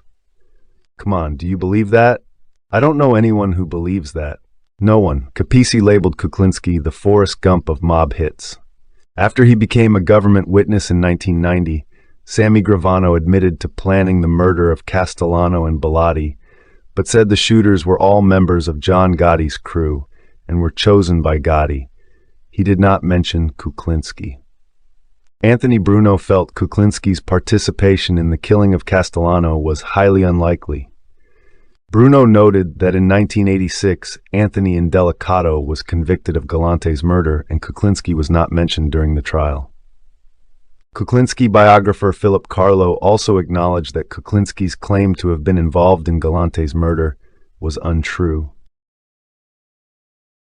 Former Colombo family CEO Michael Franzese called Kuklinski a pathological liar and said, "I spent 25 years in that life, on the street. I never heard his name mentioned once." He claimed he dumped bodies in caves in Bucks County, Pennsylvania, and fed a victim to rats in the caves. However, in 2013, the Philadelphia Inquirer noted the caves have had a lot of visitors since Kuklinski's time, and no human remains have been discovered. Local cave enthusiast Richard Kranzel also queried the idea of flesh-eating rats, saying, "The only rats I encountered in caves are cave rats, and they are reclusive and shy creatures, and definitely not fierce as the Iceman's claims." Law enforcement officers also doubt he stored a corpse for 2 years in a Mr. Softy truck. In interviews and documentaries, Richard says he killed 38-year-old Robert Pronge, a mentor to him. Pronge was murdered on August 10, 1984, shot multiple times in the head, and was subsequently discovered in his Mr. Softy ice cream truck in a garage he rented in North Bergen, New Jersey. Robbery was not considered a motive at the time. Pronge had been about to go on trial for blowing up the front door of his ex-wife's house.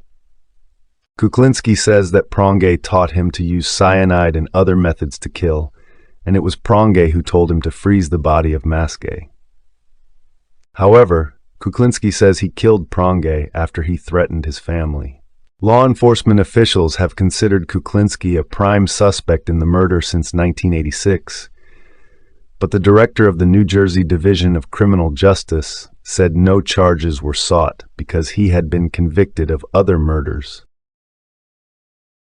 In 1993, in response to his claims, Hudson County prosecutor said new charges against Kuklinski were possible since the Pronge murder was still an open investigation, and they would assess whether there was enough evidence to prosecute him. Ultimately, no charges were brought against Kuklinski for the Pronge murder. Kuklinski claimed he killed 42-year-old Gambino crime family soldier Roy DeMeo in an interview for the 1993 book The Iceman, the true story of a cold-blooded killer by Anthony Bruno. He described DeMeo as a mentor of his, but after he fell behind on a loan to distribute pornography, he received a beating. The two later became business partners. Kuklinski says DeMeo taught him how murder for hire could be a way to make money. However, author Jerry Capisi, who has written extensively about DeMeo and the Mafia, doubts he killed DeMeo or had close ties to the DeMeo crew. Most sources indicate DeMeo was killed by members of his crew, with no suggestion Kuklinski was involved.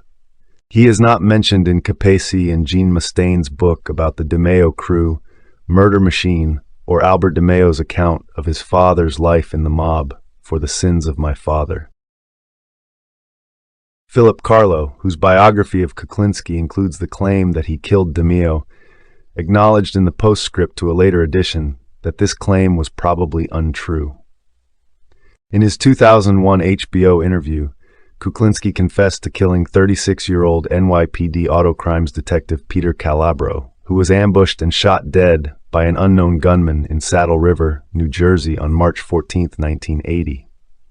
Calabro was rumored to have mob connections and was investigated for selling confidential information to the Gambino family. His wife Carmela had drowned under mysterious circumstances 3 years earlier, and members of her family believed Calabro was responsible. At the time, his murder was thought by law enforcement officials to be revenge either carried out or arranged by his deceased wife's relatives. Her brothers were regarded as key suspects, but the crime remained unsolved.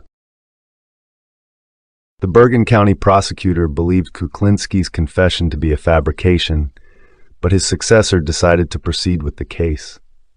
In February 2003, Kuklinski was charged with Calabro's murder and received another sentence of 30 years. This was considered a waste because it was during multiple life sentences, and he would not be eligible for parole until he was over 100 years old. Describing the murder, Kuklinski said he parked his van on the side of a narrow road, forcing other drivers to slow to pass. He lay in a snowbank behind his van until Calabro came by at 2 in the morning, then stepped out and shot him in the head with a sawed-off shotgun, decapitating Calabro. He stated he was unaware that Calabro was a police officer, but said he probably would have murdered him anyway. Richard Kuklinski claimed he was paid to kill Calabro by Gambino crime family soldier Sammy Gravano, and that Sammy provided the murder weapon. Sammy the Bull, serving a 20-year sentence in Arizona for drugs, was also indicted for the murder. Kuklinski was set to testify against him. Sammy denied any involvement in Calabro's death and rejected a plea bargain under which he would receive no additional jail time if he confessed to the crime and informed on all his accomplices. The charges against Sammy the Bull were dropped after Kuklinski's death in 2006. In his 2001 HBO interview, Secrets of a Mafia Hitman, Kuklinski said he knew who killed 62-year-old former Teamsters Union president Jimmy Hoffa. Kuklinski did not claim any personal involvement in Hoffa's disappearance and presumed murder and did not identify any culprit. However, he later claimed he killed Hoffa. In his account, Kuklinski was part of a 4-man kidnap team. They grabbed Hoffa in Detroit. While they were in the car, Kuklinski killed Hoffa by stabbing him with a large hunting knife. He said he drove Hoffa's corpse from Detroit to a New Jersey junkyard. It was placed in a drum, set on fire, and then buried in the junkyard. Later, fearing an accomplice might snitch, the drum was dug up, placed in the trunk of a car, compacted into a cube, and sold to Japan as scrap metal along with hundreds of other compacted cars. Deputy Chief Bob Buccino, who worked on the Kuklinski case, said, "They took a body from Detroit, where they have one of the biggest lakes in the world, and drove it all the way back to New Jersey." Come on. Buccino added, "We didn't believe a lot of things he said." Former FBI Special Agent Robert Garrity stated Kuklinski's admission to killing Hoffa was a hoax, and that he was never a suspect in Hoffa's disappearance, adding, "I never heard of him." Anthony Bruno said he investigated the Iceman's alleged involvement in Hoffa's disappearance, but felt his story didn't check out. He feels Kuklinski made the confession to add extra value to his brand and omitted the story from his biography of Kuklinski. ATF Special Agent Dominic Polifrone went undercover for 18 months to apprehend the Iceman. Starting in 1985, Kane and Polifrone worked with Phil Salamine, a close longtime friend of Richard's, to get Polifrone close to him. Posing as a Mafia-connected criminal named Dominic Provenzano, Polifrone purchased a handgun muffler combination from Kuklinski. In recordings, he discussed a corpse he kept in a freezer for 2.5 years. He told Polifrone he preferred poison, saying, "Why be messy? You do it nice and calm." He asked Polifrone if he could supply him with pure cyanide. Polifrone told Kuklinski he wanted to hire him to murder a wealthy Jewish cocaine dealer, and recorded him speaking in detail about how he would do it. Kuklinski was also recorded boasting he killed a man by putting cyanide on his hamburger, and of his plans to kill a couple of rats, Barbara Deppner and Percy House. On December 17, 1986, he met Paula Frone to get cyanide for a planned murder, which was to be an attempt on an undercover police officer. After the recorded conversation with Paula Frone, Kuklinski went for a walk. He tested Paula Frone's purported cyanide on a stray dog using a hamburger as bait and saw it was not poison. Suspicious, Richard decided not to go through with the planned murder and went home instead. He was arrested at a roadblock 2 hours later. His wife was charged for interfering with her husband's arrest. Officers discovered a firearm in the vehicle, and she was charged with possession of a firearm because she was a passenger. Prosecutors charged Kuklinski with 5 murder counts and 6 weapons violations, as well as attempted murder, robbery, and attempted robbery. Law enforcement officials said he had large sums of money in Swiss bank accounts and a reservation on a flight to that country. He was held on a $2 million bail bond and required to surrender his passport. After the arrest, Kuklinski told reporters, "This is unwarranted, unnecessary. These guys watch too many movies." At a press conference, New Jersey State Attorney General W. Carey Edwards characterized the motive for the murders as profit and said, "He set individuals up for business deals, they disappeared, and the money ended up in his hands." At trial, Kuklinski's former associates, including Percy House and Barbara Deppner, gave evidence against him, as did ATF Special Agent Paula Frone. The case was prosecuted by Deputy Attorney General Robert Carroll, and Kuklinski was represented by a public defender.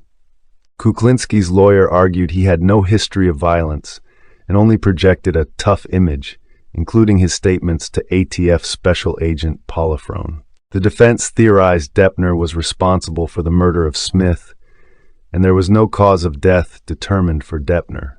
Additionally, he argued the testimony of House and Barbara Deppner was unreliable because they lied to law enforcement officials, and House received immunity from prosecution.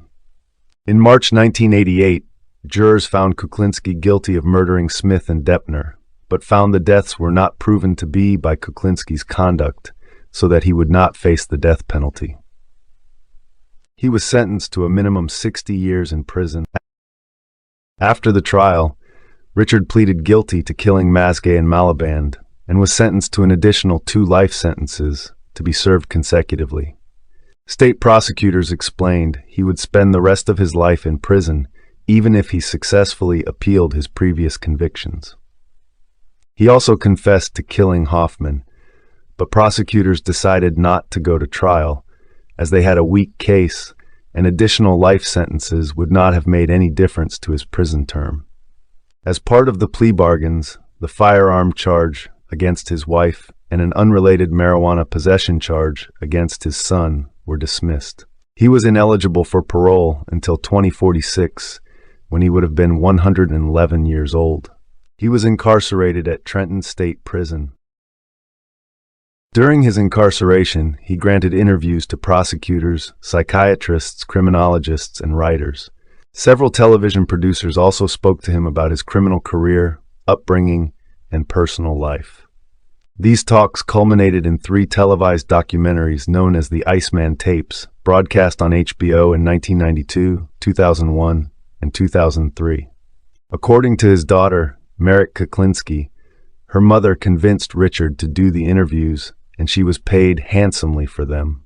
In the last installment, The Iceman and the Psychiatrist, he was also interviewed by forensic psychiatrist Park Dietz in 2002. Dietz stated he believed Richard suffered from antisocial personality disorder plus paranoid personality disorder. Writers Anthony Bruno and Philip Carlo wrote biographies of Kuklinski. His wife, Barbara, received a share of the profits from the Bruno book. In October 2005, after nearly 18 years in prison, Richard Kuklinski was diagnosed with Kawasaki disease. He was transferred to a secure wing at St. Francis Medical Center in Trenton, New Jersey. Although he had asked doctors to make sure they revived him if he developed cardiopulmonary arrest, his former wife Barbara had signed a "do not resuscitate" order. A week before his death, the hospital called Barbara to ask if she wished to rescind the instruction, but she declined. Richard Kuklinski died at age 70 on March 5, 2006. At the request of his family, forensic pathologist Michael Baden reviewed his autopsy report. Baden confirmed that he died of cardiac arrest and had been suffering with heart disease and phlebitis.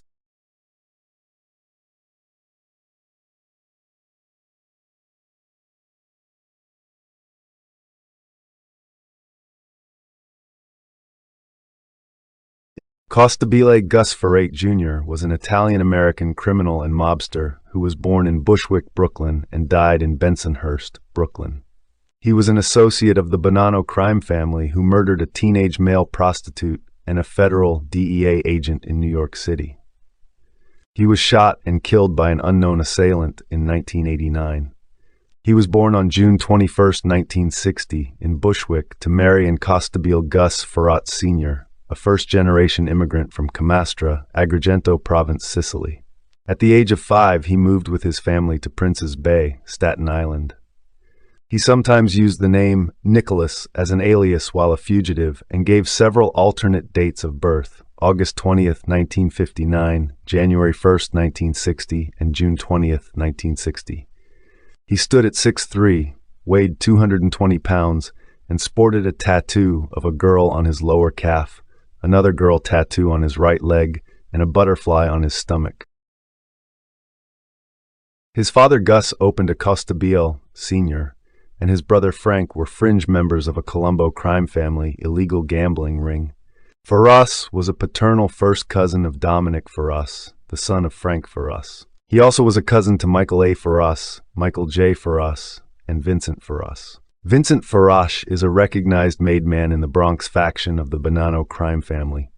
Small grocery store, G&S, in the island's Great Kills neighborhood on Highland Boulevard. The store closed in 1983. Costabile attended Totten Intermediate School 34 in Tottenville, the former site of Tottenville High School, until it moved to its present location in 1972, where he was considered the class flirt in 8th grade.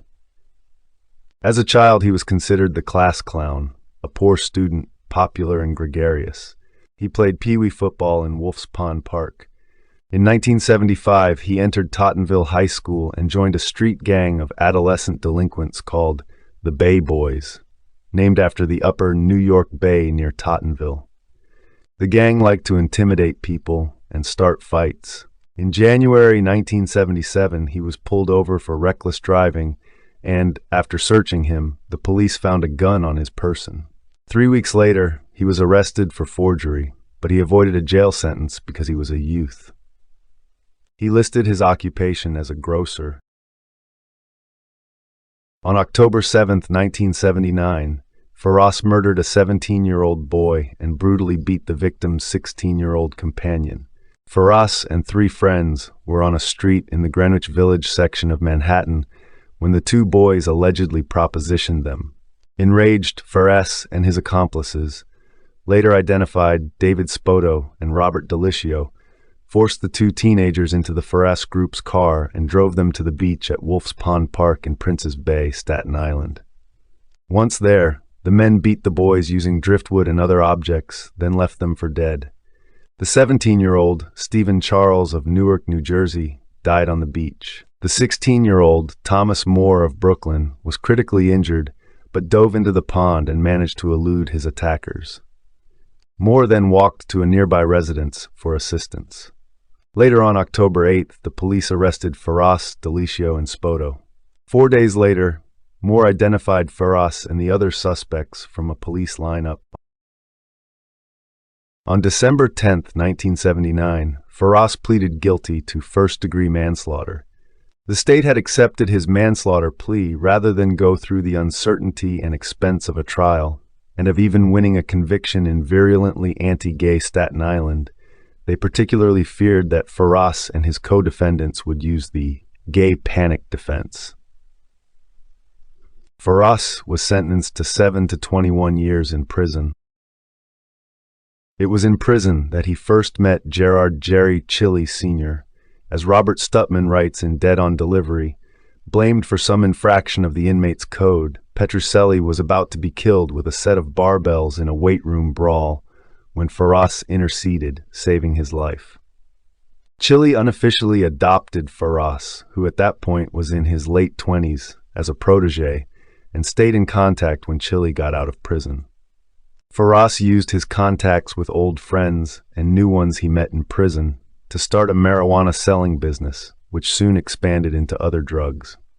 In June 1988, he was released from prison. By June 3, 1988, Faras had become partners with his friend Gregory Scarpa Jr., who worked out of his criminal headquarters at Wimpy Boys Athletic Club.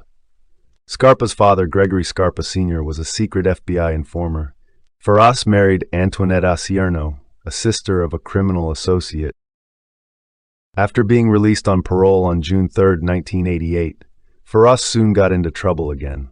He began selling small amounts of cocaine and marijuana, and in late February 1989 set up a cocaine deal with Everett Hatcher, an undercover federal DEA agent. At approximately 10 p.m. on the evening of February 28, 1989, Faras was to meet Hatcher at a remote overpass on the West Shore Expressway in the Rossville section of Staten Island to complete the deal. Hatcher had met Faras to discuss purchasing cocaine from him on several occasions. During the course of the drug transaction, Hatcher got separated from the surveillance team. When the team finally found Hatcher, he had been shot through the head 3 times in his unmarked Buick Regal. The window was rolled down and the Regal's engine was on, but Hatcher's foot was on the brake. Police theorized that Faras shot Hatcher from a van as it passed Hatcher's car. The van was found abandoned 3 days later on a street about 2 miles northeast of the murder scene.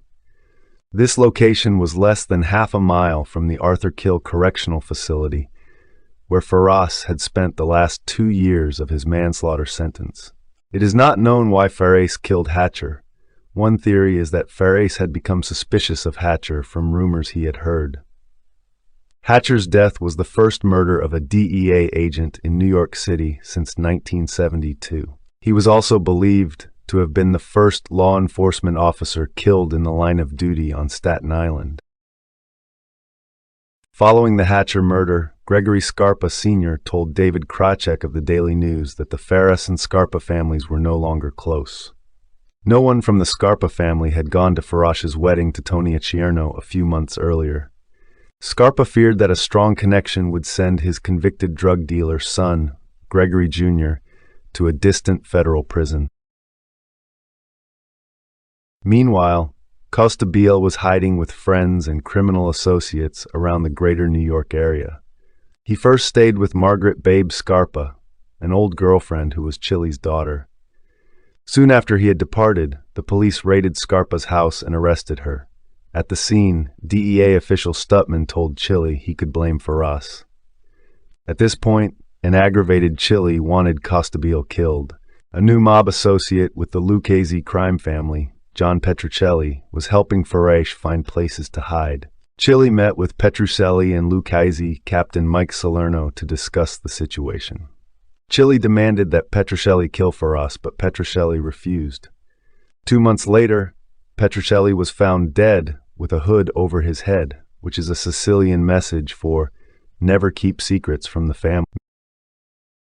Less than 10 months after the Hatcher murder, the manhunt for Faras would be over.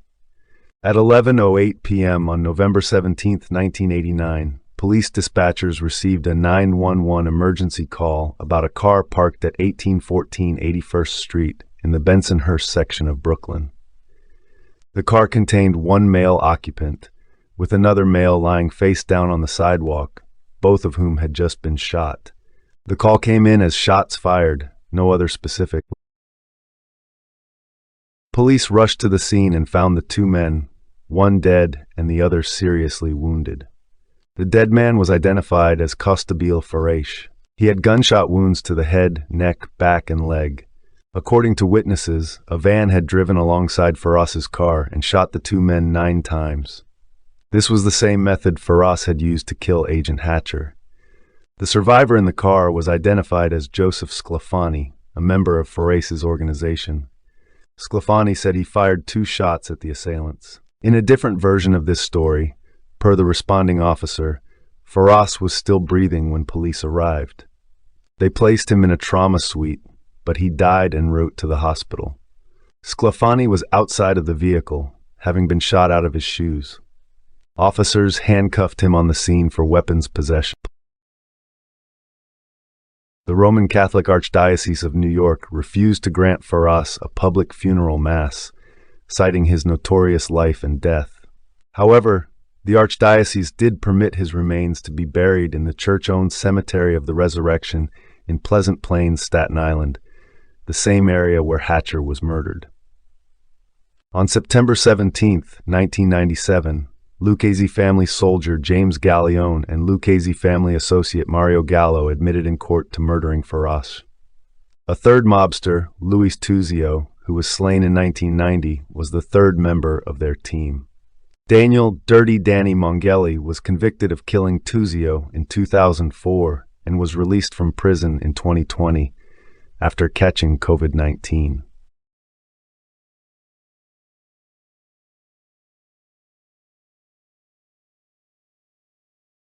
Frank Cotroni was an Italian-Canadian crime boss of the Cotroni crime family in Montreal, Quebec. His family, including his brother Vincenzo, had immigrated to Montreal in 1924 from Momola, Calabria, Italy. His brother founded and headed the Cotroni crime family. His principal illicit businesses were drug trafficking and labor racketeering, while he also worked at various times as a restaurateur, boxing promoter, owner of strip clubs in both Montreal and Toronto, ceramic manufacturer, and owner of a vending machine company. Frank had connections with the Bonanno crime family, and in 1975 was convicted in the United States of smuggling cocaine and sentenced to 15 years in prison. In prison, Frank met fellow inmate French-Canadian Réal Simard, and Simard would become Frank's driver and eventual hitman upon their release in 1979. During the violent Mafia war with the Sicilian Rizzuto crime family in Montreal, Paolo Violi, who was acting capo for Vic Cotroni, and his brothers were murdered along with others through the mid-1970s to the early 1980s until the war ceased. The Calabrian faction continued to operate with Frank as acting boss for his ill brother after the early 1980s.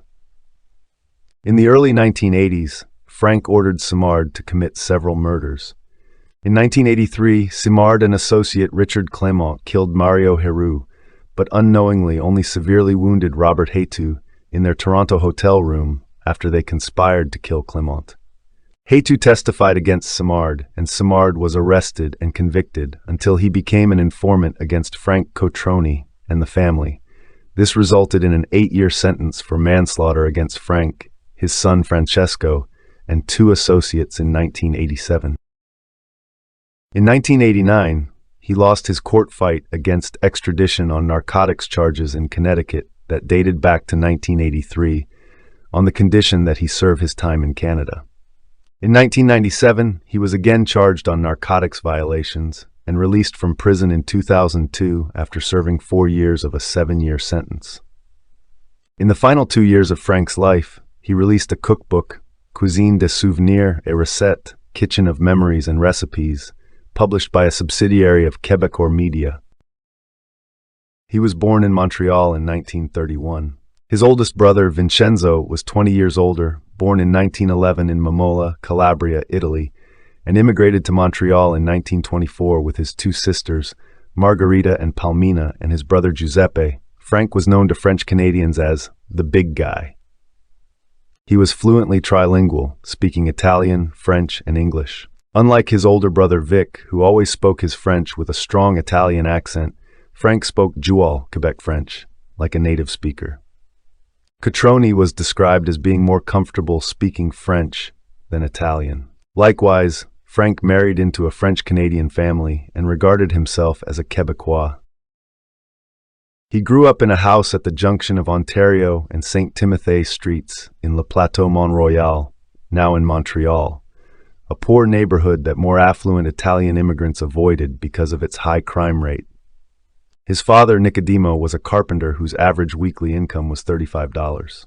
His older brother, Vincenzo, had become involved in organized crime in the late 1920s, and in the 1930s was involved in baseball bat elections, where he served as muscle for the Quebec Liberal Party and the Union Nationale, beating up supporters of rival parties and stuffing ballot boxes.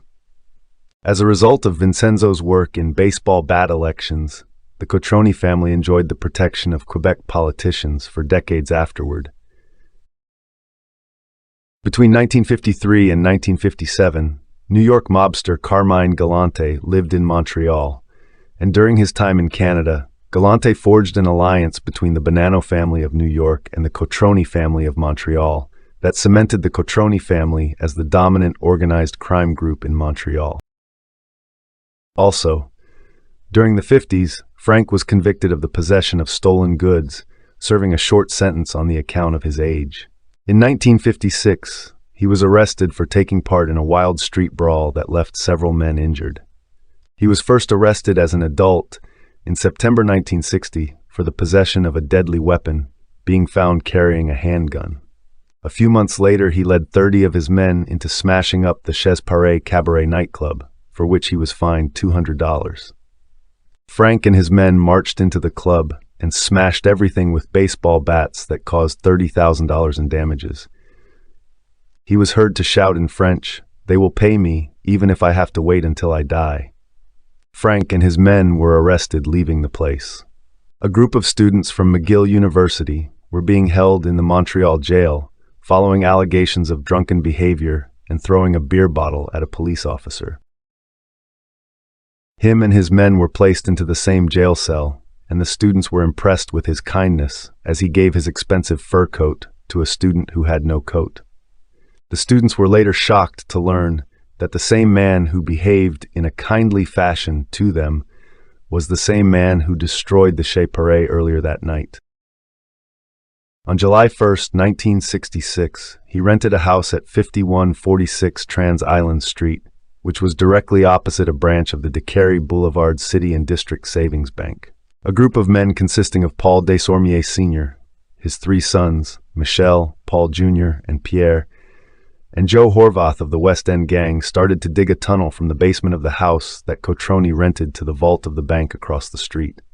On March 31st, 1967, the five men were arrested in their makeshift tunnel as they were preparing to break into the bank vault. Shortly afterward, he was charged with conspiracy to commit robbery, under the grounds that he must have known that a tunnel was being dug from the house he rented to the vault of the Décarie Boulevard City and District Savings Bank. However, his associates refused plea bargains offered by the Crown for lesser sentences in exchange for naming him as the mastermind behind the robbery attempt, leading to his acquittal at his trial in 1971. In the late 1960s, the Cotroni family had violent feuds with French-Canadian mobster Richard Blass, with Cotroni family associate Joe DiMaolo doing much of the enforcing.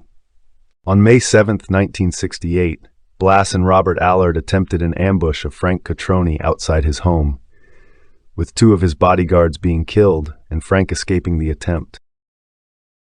Frank's principal illicit businesses were drug trafficking and labor racketeering, while he also worked at various times as a restaurateur, boxing promoter, owner of strip clubs in both Montreal and Toronto, ceramic manufacturer, and the owner of a vending machine company. He had links with known drug traffickers in New York, Cali, Lima, and Miami. He also imported hashish from Lebanon, and was so well connected in that country that in 1975, the police discovered that he had called President Souleymane Frangieh several times. In 1969 and 1970, Frank was seen by the police talking several times with Tommaso Buscetta of the Sicilian Mafia, which was believed to mark the beginning of his career smuggling heroin. Besides for smuggling heroin, Frank was also involved in human trafficking, smuggling in illegal immigrants from the Mezzogiorno, the south of Italy. The illegal immigrants consisted of two classes of people.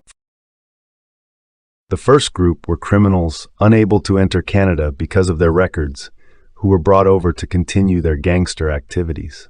The second group were brought over as ultra-cheap menial labor to work in such occupations such as construction workers, garbage men, or dishwashers in restaurants. The ultimate destination for both groups tended to be the United States, with Canada just a stopping point along their journey.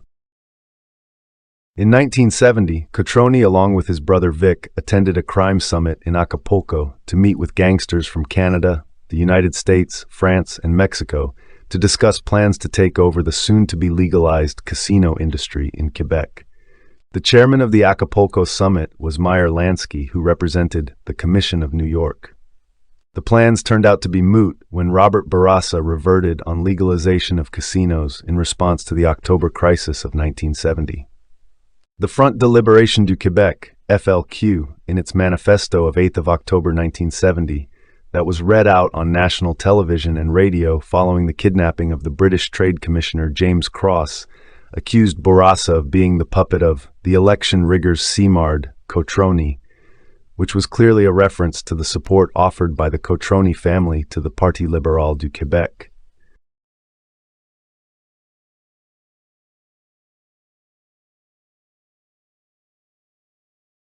On February 18, 1971, with his lawyer Sidney Leithman at his side, Frank called a press conference to discuss his arrest in Mexico the previous month.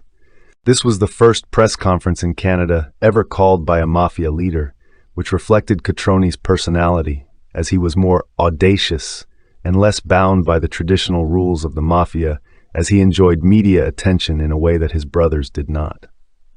Frank made a point of stressing that his arrest in Acapulco for the possession of stolen jewelry was a case of mistaken identity. He did not mention that he was in Mexico to discuss setting up a pipeline for smuggling heroin into the United States and Canada. The scholar Stephen Schneider noted that Cotroni's reckless abandon led to him being arrested more times than his brothers Vic and Pep had been combined. In 1972, Frank was charged with extortion. A Greek immigrant, Dionysius Chionis, testified that 3 men had entered his restaurant and told him he would have to pay $250 per week to Frank Cotroni because otherwise they would break everything and demolish the restaurant. They said they were killers, and if I didn't pay, they would cut off my head with a knife. After making 3 payments, Chionis was told he had to sign over half of his restaurant to Frank in exchange for being allowed to continue to live. On the second day of the trial, Chionis, who was notably nervous on the stand, retracted his previous day's testimony as he maintained he could not remember if he was the victim of extortion or not. The judge dismissed the charges and congratulated Frank on 2 victories on the same day. At the same time, he came into conflict with the Dubois brothers. After Cotroni's brother-in-law, Richard Desormies, had threatened to kill a Dubois gang member inside of their own nightclub, Claude Dubois contracted Frank Cotroni to tell him that Desormies had better stop horsing around or somebody will fix his clock. Desormies, whose sister Pauline was married to Cotroni, dismissed the threat. On July 22, 1973, Desormies was gunned down in a bar. On July 10, 1973, 2 Cotroni family soldiers were killed by French-Canadian outlaw bikers working for heroin dealer Angelo Facchino, which prompted a meeting between Cotroni and Paolo Violi on July 31, 1973. The meeting was wiretapped by the police, and Cotroni said of the killers that they were crazy. They've killed something like 10 guys already. It was agreed that Cotroni would have the crazy bikers killed, while Violi would have Facchino killed. On September 2, 1973, Facchino was killed by 2 Cotroni hitmen, Tony Vanelli and Moreno Gallo. Another Cotroni family soldier, Tony Di Genova, was subsequently killed. In another wiretap talk, Violi expressed much rage at Cotroni, whom he stated wasted too much time in hunting down the Frenchman. Violi stated, "I told Frankie to leave the Italian Facchino to me and hit the Frenchman first. He should have gone into the club, clients or no clients, lined everybody up against the wall and rat-a-rat-tat." In November of 1973, Cotroni, together with Frank Dosti, Paul Otto, Guido Orsini, and Jorge Asafibala, were indicted in New York on charges of smuggling 9 kilograms of cocaine from Mexico into New York City on January 9, 1971. Frank was arrested late in '74 following an extradition request from the United States, alleging that he had smuggled $3 million worth of cocaine imported from Mexico into the United States. He fought the extradition request right up to the Supreme Court of Canada, which declined his request, thus leading to this extradition. Thomas Puccio, the Assistant United States District Attorney for New York, told a jury that Cotroni, along with Frank Dasty, were the middlemen who brought the buyers and sellers together. In 1975, with connections to the Bonanno family of New York City, Frank Cotroni was convicted in the United States of smuggling $3 million worth of cocaine into New York City through Mexico and sentenced to 15 years in prison. He was paroled after 4 years on the condition he not return to the United States. At his trial, Frank spoke much about his love for his children.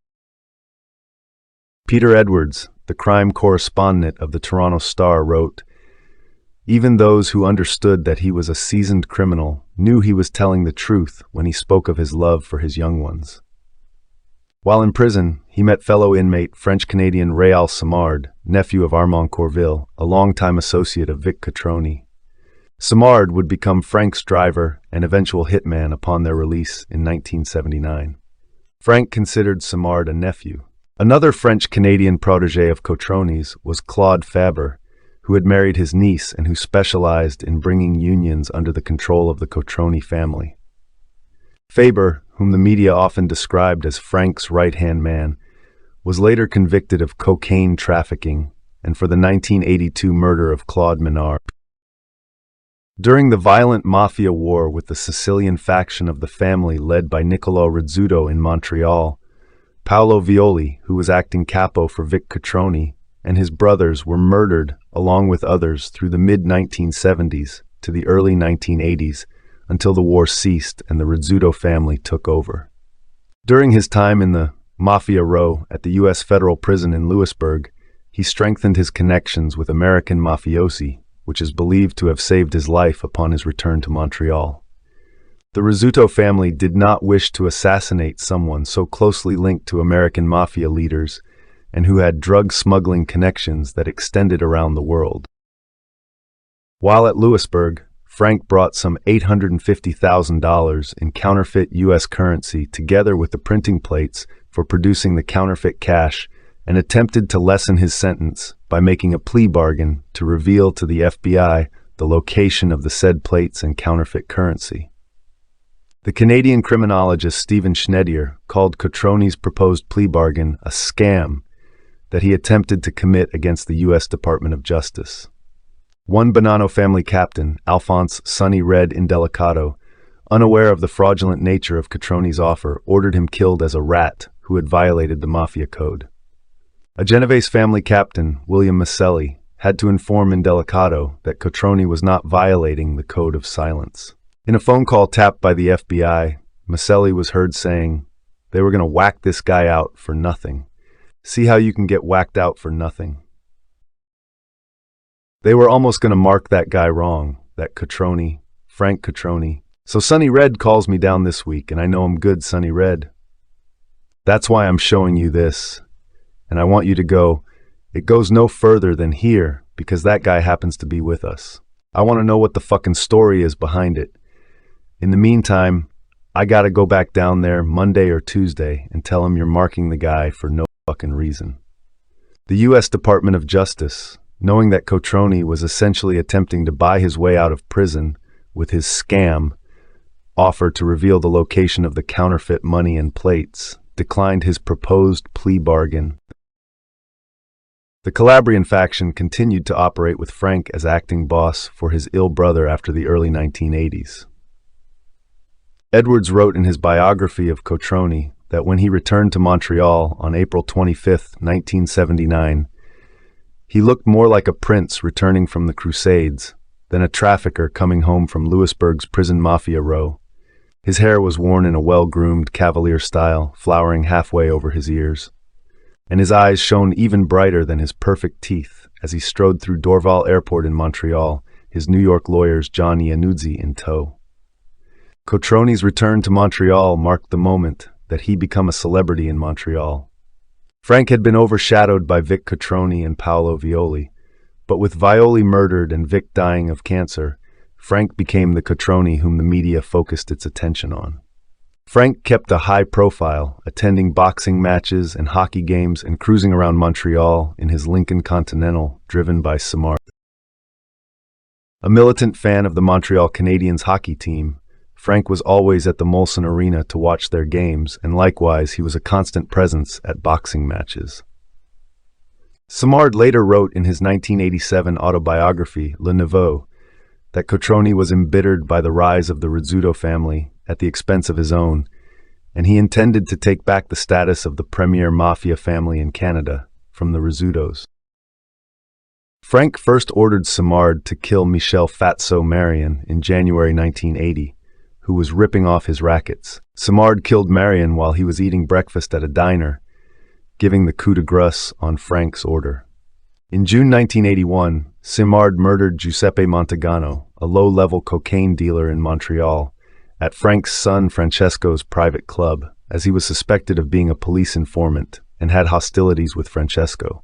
After a meeting with Michel Pozza had gone badly, Cotroni turned to Simard and said, "Something has to be done about him," which the latter understood as an order to kill him.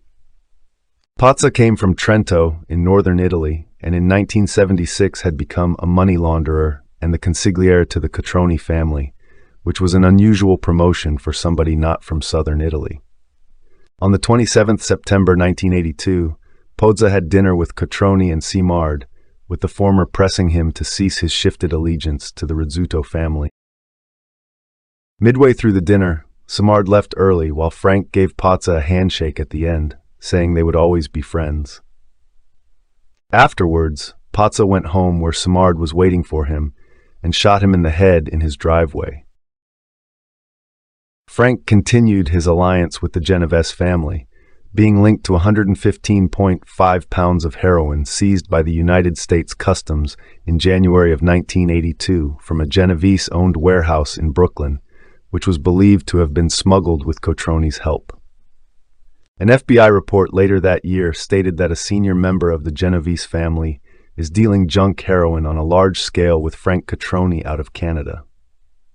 The report further stated this man travels to Montreal on a regular basis to set up the wholesale shipment of junk from the Cotronis in Canada to the United States, and that the Cotronis have strong connections in Sicily, which give them an unlimited supply of junk.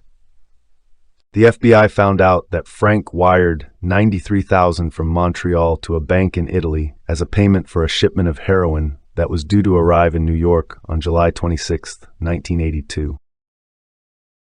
In 1983, Cotroni was indicted by a Connecticut grand jury on one count of conspiring to traffic in heroin with 5 other men in New York City, and 3 counts of illegally transporting more than $5,000 from Bridgeport, Connecticut, to Montreal. In July of 1983, Frank sent Simard to Ontario, where he met with Johnny Papalia in Hamilton on behalf of Frank. Papalia, the most powerful mafia boss in Hamilton, accepted Simard's presence in southern Ontario as the Cotroni family outranked the Papalia family. The crucial moment in the Papalia-Simard meeting occurred when the latter phoned Cotroni in Montreal and then handed the phone to Papalia, where Cotroni confirmed that Simard represented him. Frank seized the Ontario market, with Simard bringing Quebec strippers to Toronto clubs, where he allowed Papalia to put his pinball machines in his clubs. Frank frequently visited Toronto in the company of the boxer Eddie Mello, who served as his bodyguard, where he usually met Simard and Rocco Zito. He always stayed at the Delta Chelsea Inn, where a young woman who worked there was also his mistress. With Papalia co-opted into working with the Cotroni family, Frank was well placed to take control of the Toronto underworld. Domenic Rocco, the boss of the Siderno Group, was a drug addict known for his immature behavior, while the Camiso brothers had been imprisoned in 1982. In late 1983, Roy McMurtry, the Ontario Attorney General, summoned all of the police chiefs in Ontario to a secret conference in Toronto, where in a joint memo to McMurtry, they collectively stated, "By far our greatest concern must be the Cotroni family of Montreal. Needless to say, we consider Frank Cotroni our most serious threat." Frank was reported to have stated that Toronto was just as lucrative a market as Montreal. But unlike Montreal, the police in Toronto were not as corrupt, making Toronto a more difficult market to operate in. In November 1983, Simard and associate Richard Clement killed Mario Heroux, but unknowingly only severely wounded Robert Hétu in their Toronto hotel room after they conspired to kill Clement. Hétu testified against Simard, and Simard was arrested and convicted until he became informant against Frank Cotroni and the family. This resulted in an 8-year sentence for manslaughter against Frank, Francesco, and 2 associates in 1987 for the Montagano murder. To replace Simard as his Toronto agent, Cotroni hired the boxer Eddie Mello. On September 16, 1984, Vic Cotroni died of cancer, leaving Frank as boss. Frank Cotroni, an avid boxing fan, dominated the boxing industry in Quebec. Operation Borgia by the Royal Canadian Mounted Police concluded that Frank had close links to 40 boxers, trainers, and promoters in Toronto, Hull, Cornwall, Winnipeg, Montreal, and Boston. He was closely linked to 2 Toronto boxers, Eddie Mello and Nicky Furlano, both of were trained by Travis Sujan, who in turn was another friend of Cotroni's. It is generally accepted that boxing fights in Canada were rigged by Cotroni, as one policeman noted, "Sometimes they missed when they swung at a guy and he still fell down." The Ontario Provincial Police alleged that a boxing match in Toronto in April 1984 between Furlano and Aaron Pryor had been rigged by Frank Cotroni. A royal commission under Justice Raymond Bernier of the Quebec Sports Safety Board examined boxing, with the Bernier Commission interviewing 105 people between October 1984 and July 1985. The report, which was presented in March 1986, was so damning that much of the report was censored by the Quebec government, although parts of the censored portions were leaked to the journalist Michel Auger, the crime correspondent of Le Journal de Montréal, who had those portions published in his newspaper. Bernier wrote, "If this happened in baseball or football or hockey, it would be a national scandal." Bernier called Cotroni the guiding spirit of boxing in Montreal. Bernier wrote that the Fighting Hilton family of boxers were working for Cotroni, and the boxing fights in Montreal were probably rigged. The commission stated that Cotroni was treated like royalty whenever he attended a boxing match anywhere in Canada. The Bernier Commission wrote that boxers in Quebec, as a condition of their employment, were required to sign exploitative contracts that ensured that they had to hand over half of their earnings from not only their boxing fights, but also from any non-boxing jobs they might hold, to people associated with Cotroni. The report stated that Frank was paying the bills of the boxer Dave Hilton Sr., including his rent, groceries, furniture, and clothing. He was described as the only man who could control the alcoholic Hilton Sr., and in turn controlled the careers of Hilton's 4 sons, all of whom were boxers. One Montreal boxing promoter, Henry Spitzer, stated that the father, Hilton Sr., is always drunk and I need Cotroni's help to keep him in line. The report also stated that Frank Cotroni and his associates have a percentage of certain boxers' revenues, stating that an agreement had been signed in November 1981 that the boxer Dave Hilton Jr. would share half of his earnings to the Cotroni family to the sum of $100,000. The Bernier Commission accused Frank of exploiting the Hilton family, who were victims of their youthful ignorance and their thirst for glory. The report stated a contract signed between the Hiltons and the American boxing promoter Don King on January 31, 1985, was largely the work of Frank Cotroni. The lawyer for the Hiltons, Frank Schuffy, was mostly excluded from the talks, with the negotiations being conducted by the lawyers for Cotroni and King.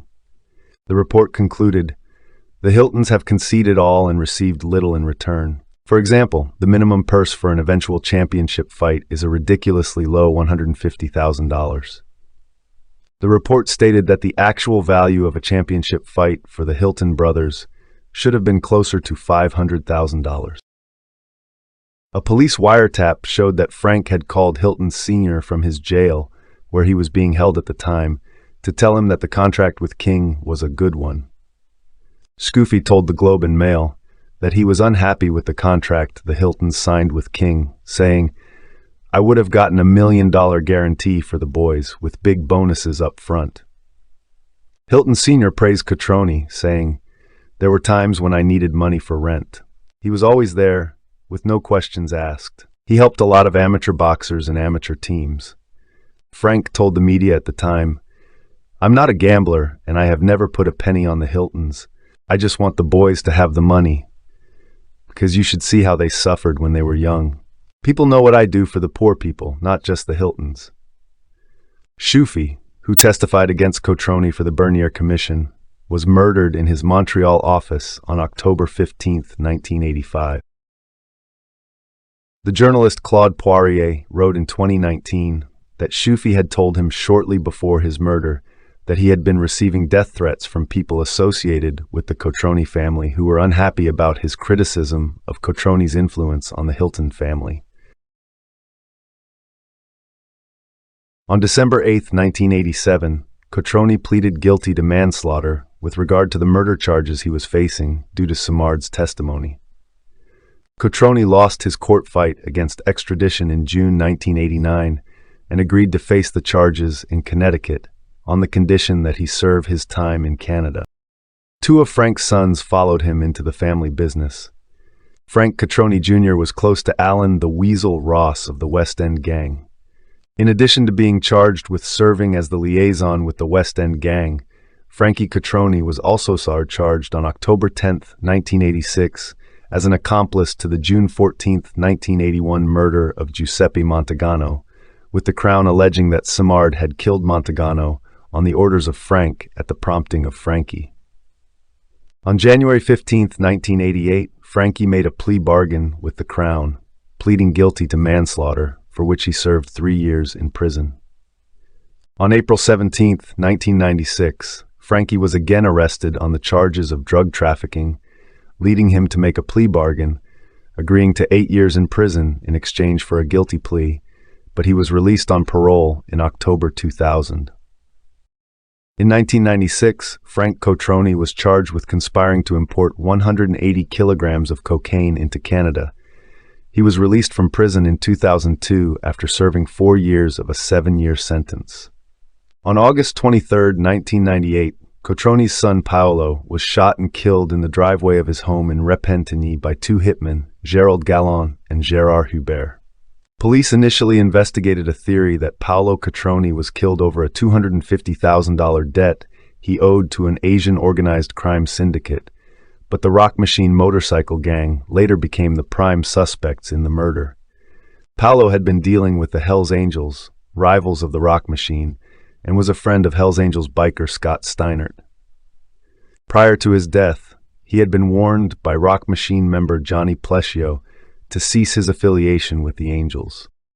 On March 26, 2009, Gallant testified that he and Hubert had killed Paolo in a $20,000 murder contract given by Frédéric Fauché and Marcel Lemaire Demers, the leaders of the Rock Machine's Quebec City chapter.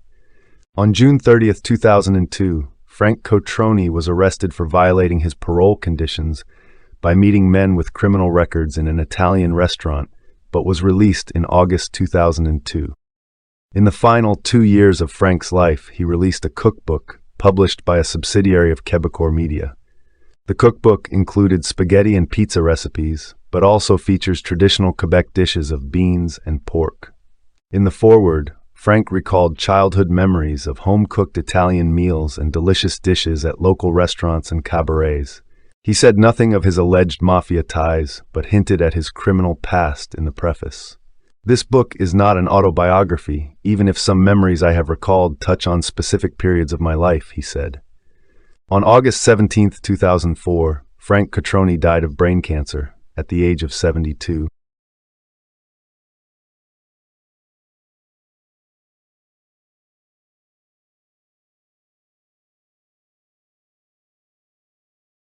John Gotti was born in the Bronx borough of New York City on October 27, 1940. He was the 5th of the 13 children, Two had died at birth of John Joseph Gotti Sr. and Philomena Fanny DiCarlo. His parents were born in New York City, but it is presumed that his grandparents were from San Giuseppe Vesuviano in the Italian province of Naples, because his parents were married and lived there for some time. Gotti was one of 5 brothers who became made men in the Gambino crime family. Eugene Jean Gotti was initiated before John due to the latter's incarceration.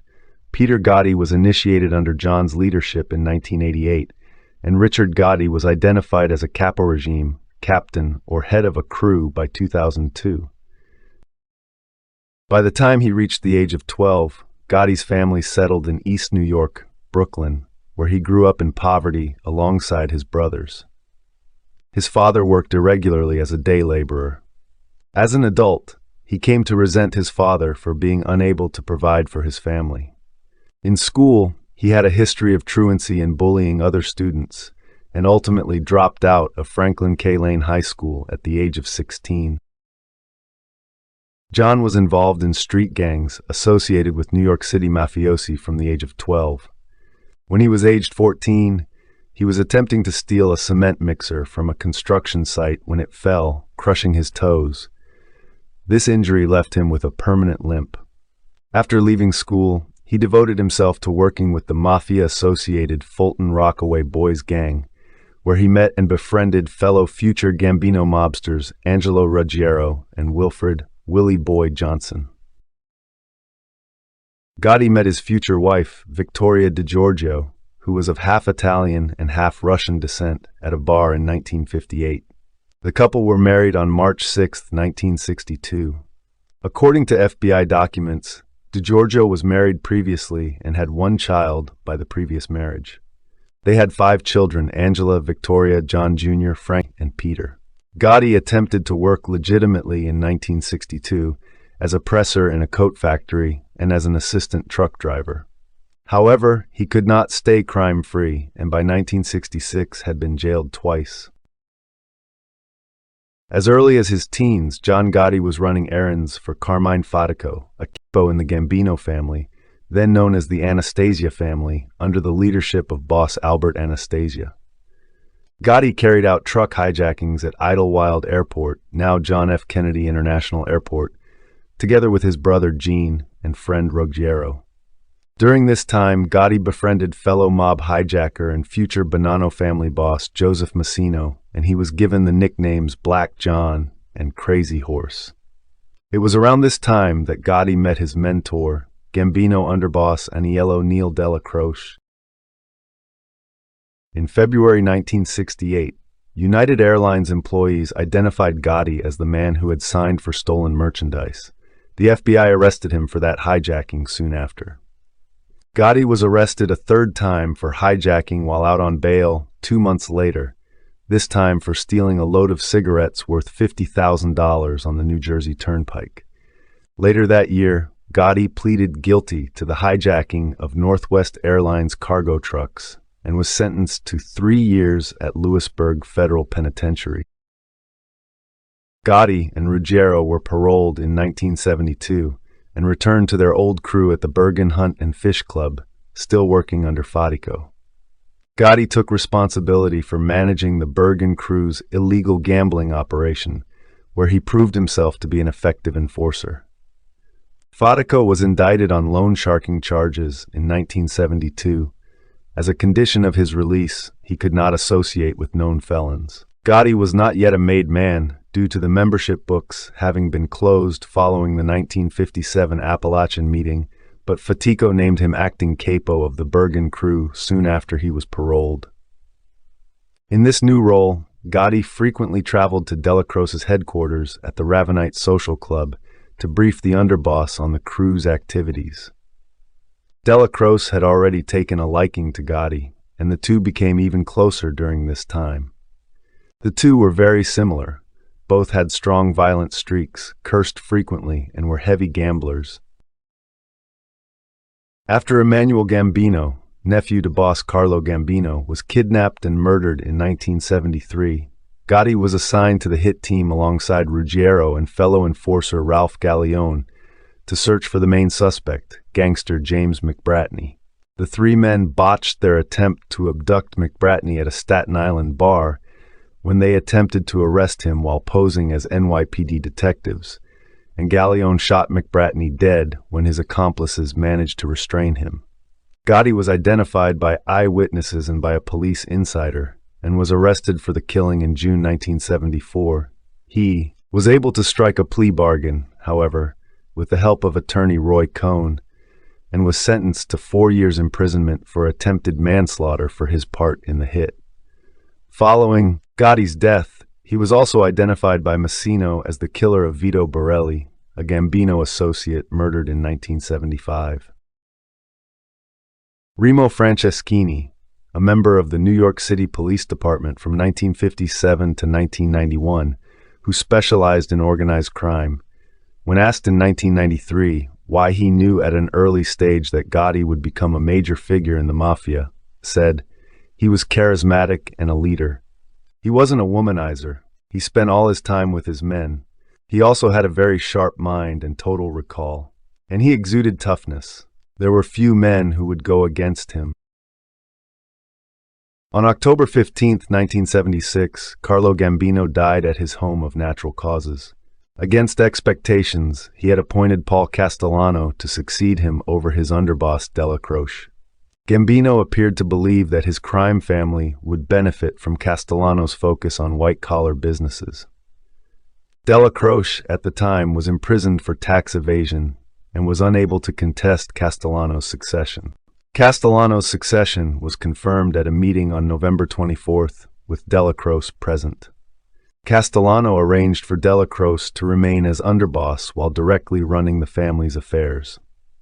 While Della Croce accepted Castellano's succession, the deal effectively split the Gambino family into two rival factions. In 1976, the Gambino family's membership books were reportedly reopened. Gotti was released in July 1977 after 2 years imprisonment. He was subsequently initiated into the crime family, now under the command of Castellano, and immediately promoted to replace Fatico as captain of the Bergen crew.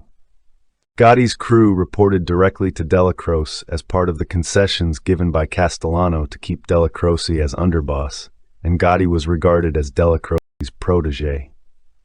Under Gotti, the crew were Della Croce's biggest earners.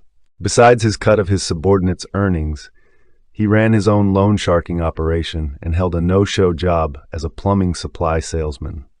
Unconfirmed allegations by FBI informants claimed that Gotti also financed drug deals. In December 1978, Gotti assisted in the Lufthansa heist at Kennedy Airport, the largest unrecovered cash robbery in history. He had made arrangements for the getaway van to be crushed and bailed at a scrapyard in Brooklyn. However, the driver of the van, Parnell Stax Edwards, failed to follow orders. Rather than driving the vehicle to the scrapyard, he parked it near a fire hydrant and went to sleep at his girlfriend's apartment. Gotti mostly tried to distance his personal family from his life of crime, with the exception of his son John Jr., who was a mob associate by 1982. He was indicted on 2 occasions in his last 2 years as the Bergen captain, with both cases coming to trial after his ascension to boss of the Gambino family. In September 1984, he had an altercation with a refrigerator mechanic named Romuald Piesik and was subsequently charged with assault and robbery. In 1985, he was indicted alongside Della Croce and several Bergen crew members in a racketeering case by Diane Giacalone. The indictment revealed that Gotti's friend and co-defendant, Wilfred Willie Boyd Johnson, had been an FBI informant. Gotti quickly became dissatisfied with Castellano's leadership of the Gambino family, regarding the new boss as being too isolated and greedy. Like other members of the family, he also personally disliked Castellano. The boss lacked street credibility, and those who had paid their dues running street-level jobs did not respect him. Gotti had an economic interest as well.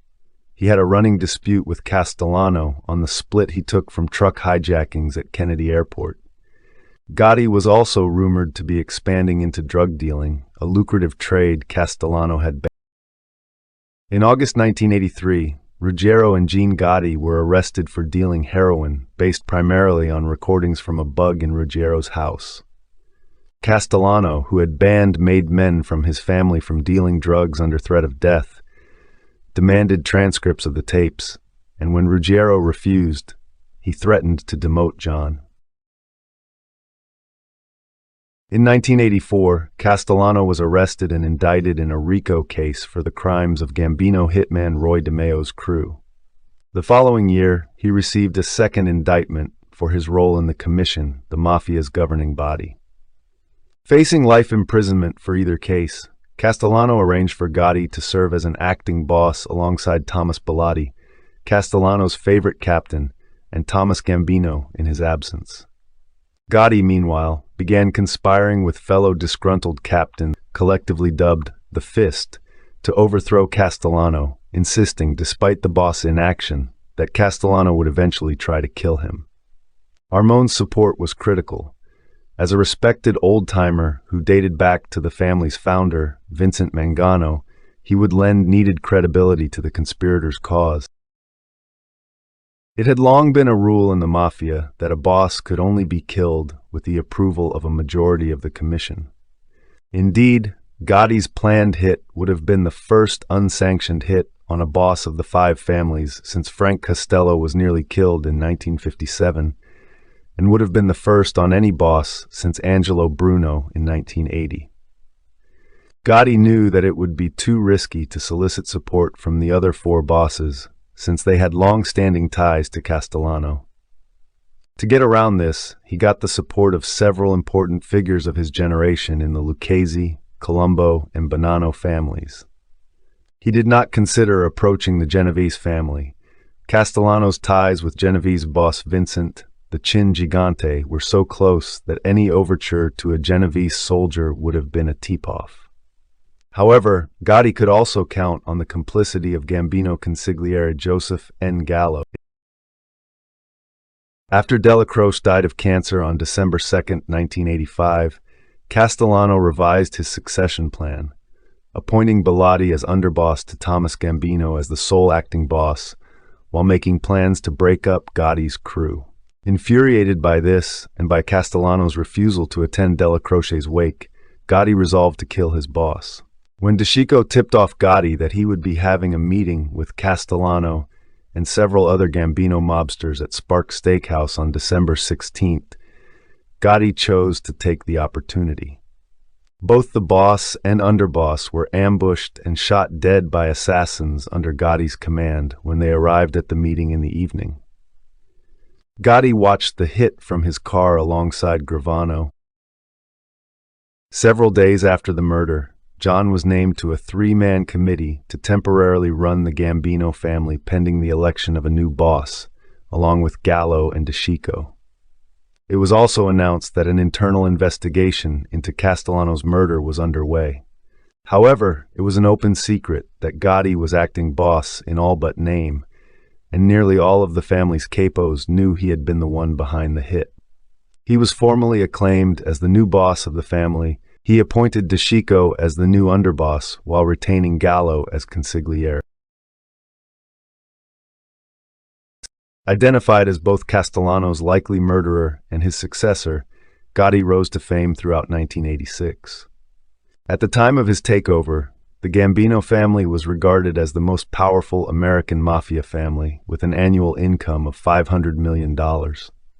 In the book Underboss, Gravano estimated that Gotti himself had an annual income of no less than $5 million during his years as boss, and more likely between $10 million and $12 million. To protect himself legally, Gotti banned members of the family from accepting plea bargains that acknowledged the existence of the organization.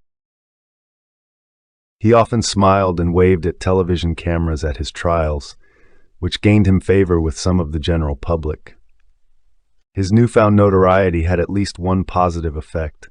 Upon the revelation of his attacker's occupation, and amid reports of intimidation by the Gambinos, Pisic decided not to testify against Gotti thanks to Boško the Yugo Radonjic, the head of the Westies in Hell's Kitchen. When the trial began in March 1986, Pisak testified he was unable to remember who attacked him. The case was promptly dismissed, with the New York Post summarizing the proceedings with the headline, "I for Gotti." It was later revealed that Gambino mobsters had severed Pisak's brake lines, made threatening phone calls, and stalked him before the trial. On April 13, 1986, DeCicco was killed in a car bombing following a visit to Castellano loyalist Jimmy Fila. The bombing was carried out by Victor Amuso and Anthony Casso of the Lucchese family, under orders of Gigante and Lucchese boss Anthony Corallo, to avenge Castellano and Bellotti by killing their successors. Gotti also planned to visit Jimmy that day but canceled, and the bomb was detonated after a soldier who rode with DeCicco was mistaken for the boss. Bombs had long been banned by the Mafia out of concern that it would put innocent people in harm's way, leading the Gambinos to initially suspect that Zips, Sicilian mafiosi working in the U.S., were behind it. Zips were well known for using bombs. Following the bombing, Judge Eugene Nickerson, presiding over Gotti's racketeering trial, rescheduled to avoid a jury tainted by the resulting publicity, while Giacalone had Gotti's bail revoked due to evidence of witness intimidation in the Pisak case. From jail, Gotti ordered the murder of Di Bernardo by Gravano. Both Di Bernardo and Ruggiero had been vying to succeed DeCicco until Ruggiero accused Di Bernardo of challenging Gotti's leadership. When Ruggiero, also under indictment, had his bail revoked for his abrasive behavior in preliminary hearings, a frustrated Gotti instead promoted Armone to underboss. Jury selection for the racketeering case began again in August 1986, with Gotti standing trial alongside his ex-companion Johnson, who, despite being exposed as an informant, refused to turn state's evidence, Leonard DeMaria, Tony Rampino, Nicholas Carozzo, and John Carneglia. At this point, the Gambino family were able to compromise the case when George Pape hid his friendship with Radonjic and was impaneled as juror number 11. Through Radonjic, Pape contacted Gravano and agreed to sell his vote on the jury for $60,000.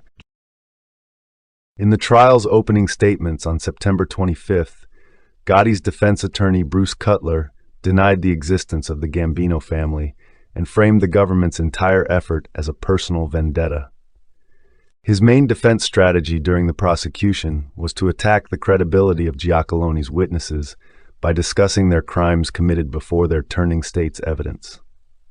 During Gotti's defense, Cutler called bank robber Matthew Traynor, a would-be prosecution witness dropped for unreliability, who testified that Giacalone offered him drugs and her underwear as a masturbation aid in exchange for his testimony. Traynor's allegations would be dismissed by Judge Nickerson as wholly unbelievable after the trial, and he was subsequently convicted of perjury. Despite Cutler's defense and critiques about the prosecution's performance, according to mob writers Jerry Capisi and Gene Mustaine, when the jury's deliberations began, a majority were in favor of convicting Gotti. However, due to Pape's misconduct, Gotti knew from the beginning of the trial that he could do no worse than a hung jury. During deliberations, Pop held out for acquittal until the rest of the jury began to fear their own safety would be compromised. On March 13, 1987, they acquitted Gotti and his co-defendants of all charges, including loan sharking, illegal gambling, murder, and truck hijackings. 5 years later, Pape was convicted of obstruction of justice for his part in the fix and sentenced to 3 years in prison. In the face of previous Mafia convictions, particularly the success of the Mafia Commission trial, Gotti's acquittal was a major upset that further added to his reputation.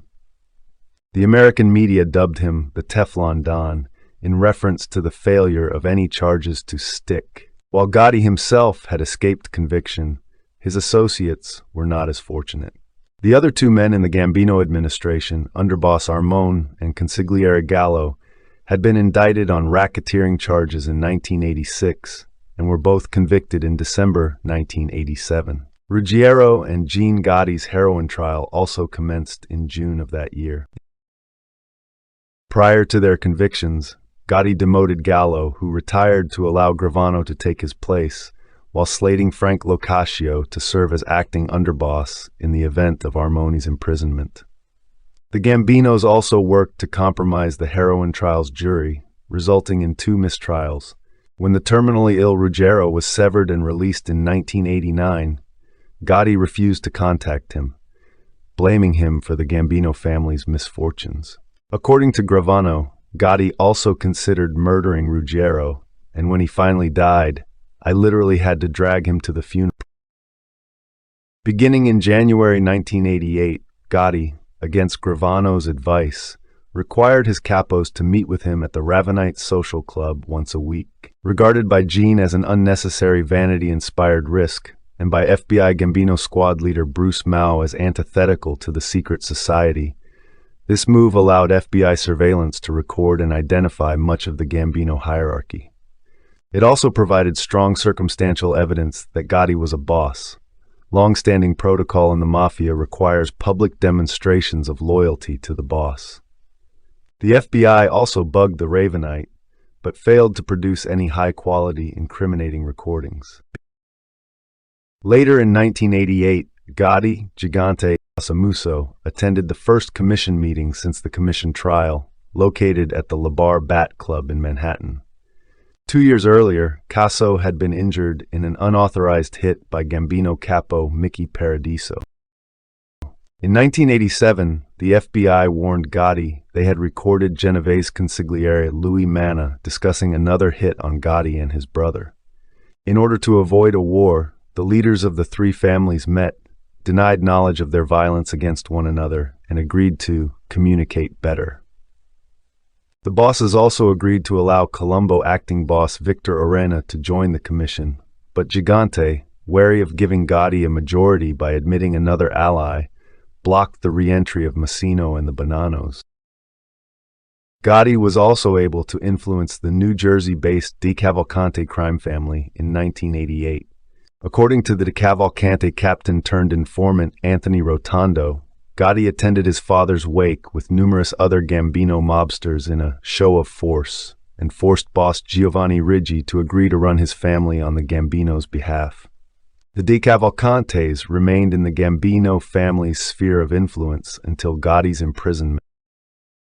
Gotti's son, John Jr., was initiated into the Gambino family on Christmas Eve 1988. According to fellow mobster Michael DiLeonardo, initiated on the same night, Gravano held the ceremony to keep Gotti from being accused of nepotism. John Jr. was promptly promoted to captain.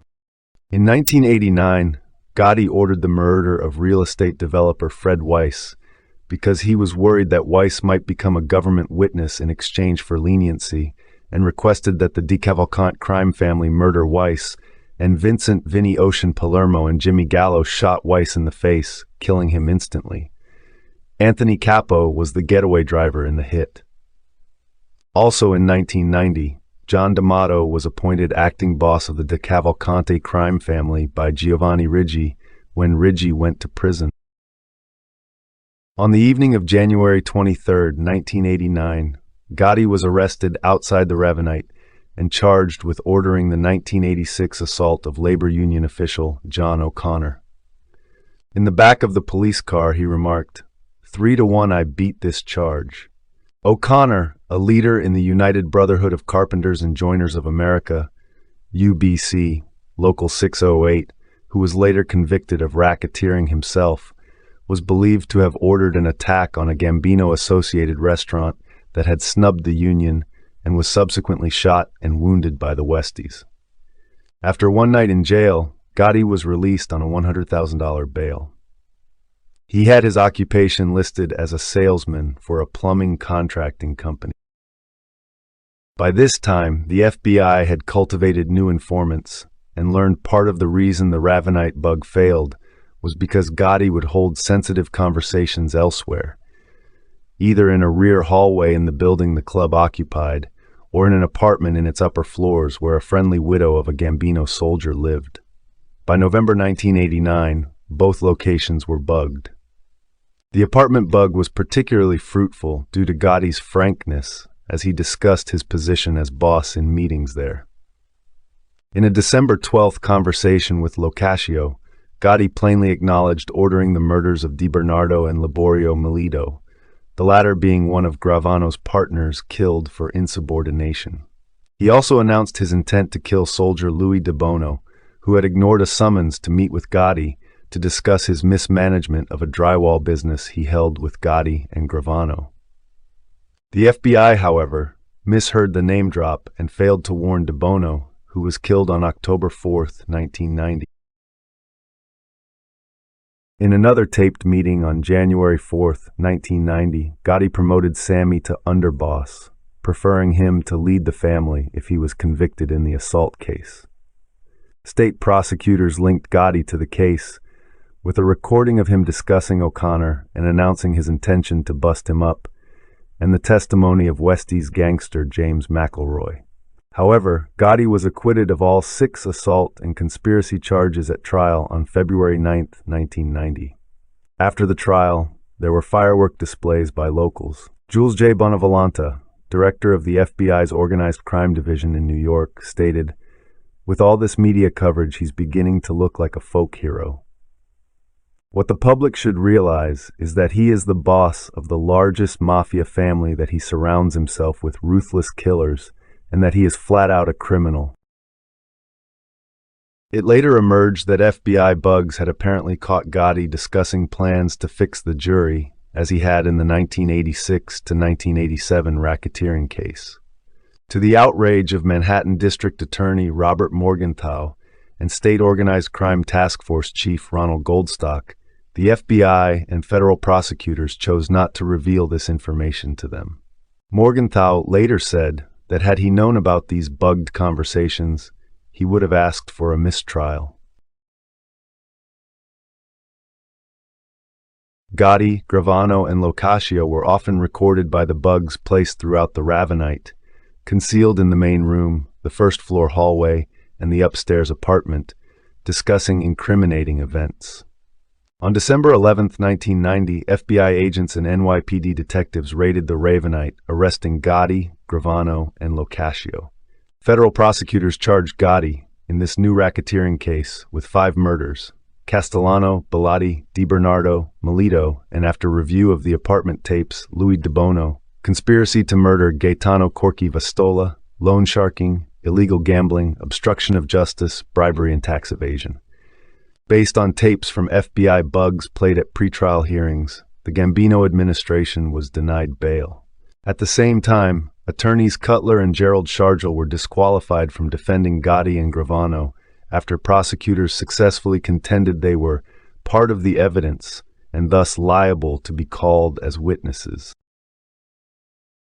Prosecutors argued that Cutler and Shargel not only knew about potential criminal activity, but had worked as in-house counsel for the Gambino family. Gotti subsequently hired Albert Krieger, a Miami attorney who had worked with Joseph Bonanno, to replace Cutler. The tapes also created a rift between Gotti and Gravano, where the Gambino boss described his newly appointed underboss as too greedy and attempted to frame Sammy as the main force behind the murders of Di Bernardo, Melito, and Di Bono. Gotti's attempt at reconciliation failed, leaving Sammy disillusioned with the mob and doubtful on his chances of winning his case without Shargel, his former attorney. He ultimately opted to turn state's evidence, formally agreeing to testify on November 13, 1991. He was the highest-ranking member of a New York crime family to turn informer until Joseph Massino in 2003. Gotti and Locascio were tried in the U.S. District Court for the Eastern District of New York before District Judge Ilio Glasser. Jury selection began in January 1992 with an anonymous jury, and for the first time in a Brooklyn federal case, fully sequestered during the trial due to Gotti's reputation for jury tampering. The trial commenced with the prosecution's opening statements on February 12th. Prosecutors Andrew Maloney and John Gleason began their case by playing tapes showing Gotti discussing Gambino family business, including murders he approved, and confirming the animosity between Gotti and Castellano to establish the former's motive to kill his boss. After calling an eyewitness of the Castellano hit who identified Carneglia as one of the men who shot Bilotti, they then brought Gravano to testify on March 2nd. On the stand, Gravano confirmed Gotti's place in the structure of the Gambino family and described in detail the conspiracy to assassinate Castellano, giving a full description of the hit and its aftermath. Sammy confessed to 19 murders, implicating Gotti in 4 of them. Krieger and Locasio's attorney, Anthony Cardinale, proved unable to shake Sammy during cross-examination. After additional testimony and tapes, the government rested its case on March 24th. 5 of Krieger and Cardinale's intended 6 witnesses were ruled irrelevant or extraneous, leaving only Gotti's tax attorney, Murray Appleman, to testify on his behalf. The defense also attempted unsuccessfully to have a mistrial declared based on Maloney's closing remarks. Gotti himself became increasingly hostile during the trial, and at one point, Glasser threatened to remove him from the courtroom. Among other outbursts, Gotti called Gravano a junkie, while his attorneys sought to discuss his past steroid use, and equated the dismissal of a juror to the fixing of the 1919 World Series. On April 2, 1992, after only 14 hours of deliberation, the jury found Gotti guilty on all charges of the indictment. Locascio was found guilty on all but 1. James Fox, assistant director in charge of the FBI's New York field office, announced at a press conference, "The Teflon is gone. The Don is covered with Velcro, and all the charges stuck." On June 23, 1992, Glasser sentenced both defendants to life imprisonment without the possibility of parole and a $250,000 fine.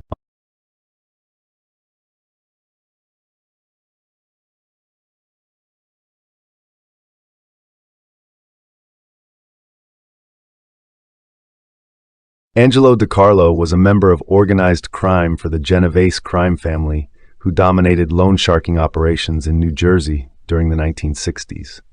The subject of a 2-year federal undercover operation, his conviction revealed widespread corruption of New Jersey public officials and tied singer Frank Sinatra to organized crime. DiCarlo was born in Hoboken, New Jersey on September 2, 1902. He represented Genovese family business interests in the New Jersey underworld. He was an associate of Abner Longhi Zwillman and Gerardo Cattina. He was an excellent cook. His specialty was fried pasta with anchovies, often requested by other mafiosi. His first wife died mysteriously after giving birth. He reportedly later married a woman named Frances Ryan and had 2 children. His arrest record included income tax evasion, breaking and entering, counterfeiting, robbery, and liquor law violations. He owned the La Martinique Tavern in Mountainside, New Jersey. While based in New Jersey, he rose to the position of captain and achieved this promotion by gaining control over the loan sharking or juice racket, illegal gambling, and murder for hire. He also systematically eliminated his rival mobsters during the late 1950s. Between 1961 and 1963, federal agents began wiretapping conversations between Angelo DiCarlo and his mob associates due to his rise in popularity amongst other mobsters. These wiretaps revealed corruption among law enforcement, prominent businessmen, and state officials, including Newark Mayor Hugh Adonisio and influential Hudson County politician John J. Kenney. Both Adonisio's and Kenney's political careers ended after the wire transcripts were published. The transcripts also mentioned Sinatra. On one tape, Angelo DiCarlo discussed methods for committing murder. He described a so-called humane hit in which he shot a victim through the heart. According to DiCarlo, it was a painless way to die. In September 1968, DiCarlo and his men brutalized Louis Saperstein, who owned the approved brokerage corporation of Newark, and allegedly owed Angelo $400,000. Government witness and former mob associate Gerald Zelmanowitz described an intense beating of Saperstein in DiCarlo's office due to a $5,000 monthly interest payment. Zelmanowitz said Saperstein was lying on the floor, looking purple, his tongue hanging out, and he was covered in blood and spit. On November 26, 1968, Saperstein died of arsenic poisoning. That same day, the FBI received a letter from Louis Saperstein that detailed his problems with Angelo DiCarlo. In March 1970, DiCarlo was convicted of conspiracy to commit murder and was sentenced to 12 years imprisonment. After DiCarlo served 18 months in prison, President Richard Nixon commuted his sentence to time served, 2 years of a 12-year sentence, ostensibly due to his poor health. DiCarlo himself claimed to be dying of cancer, which turned out 10 months later to be true. Disregarding the usual protocol, Attorney General Richard Kleindienst approved the pardon request and sent it to White House counsel John Dean. Dean then delivered the request directly to Nixon. It was rumored that Vice President Spiro Agnew, a personal friend of Frank Sinatra, persuaded Nixon to approve the request. Special Watergate prosecutor Archibald Cox later investigated the DiCarlo pardon, but found no evidence of corruption. Angelo was released from prison in '72. He died from cancer in Mountainside, New Jersey on October 20th, 1973. This was 5 days before a deadline to pay a $20,000 fine from his 1970 conviction. He was buried in Gate of Heaven Cemetery in Hawthorne, New York. The funeral was scheduled for the afternoon, but was held in the morning because the family just didn't want any more publicity.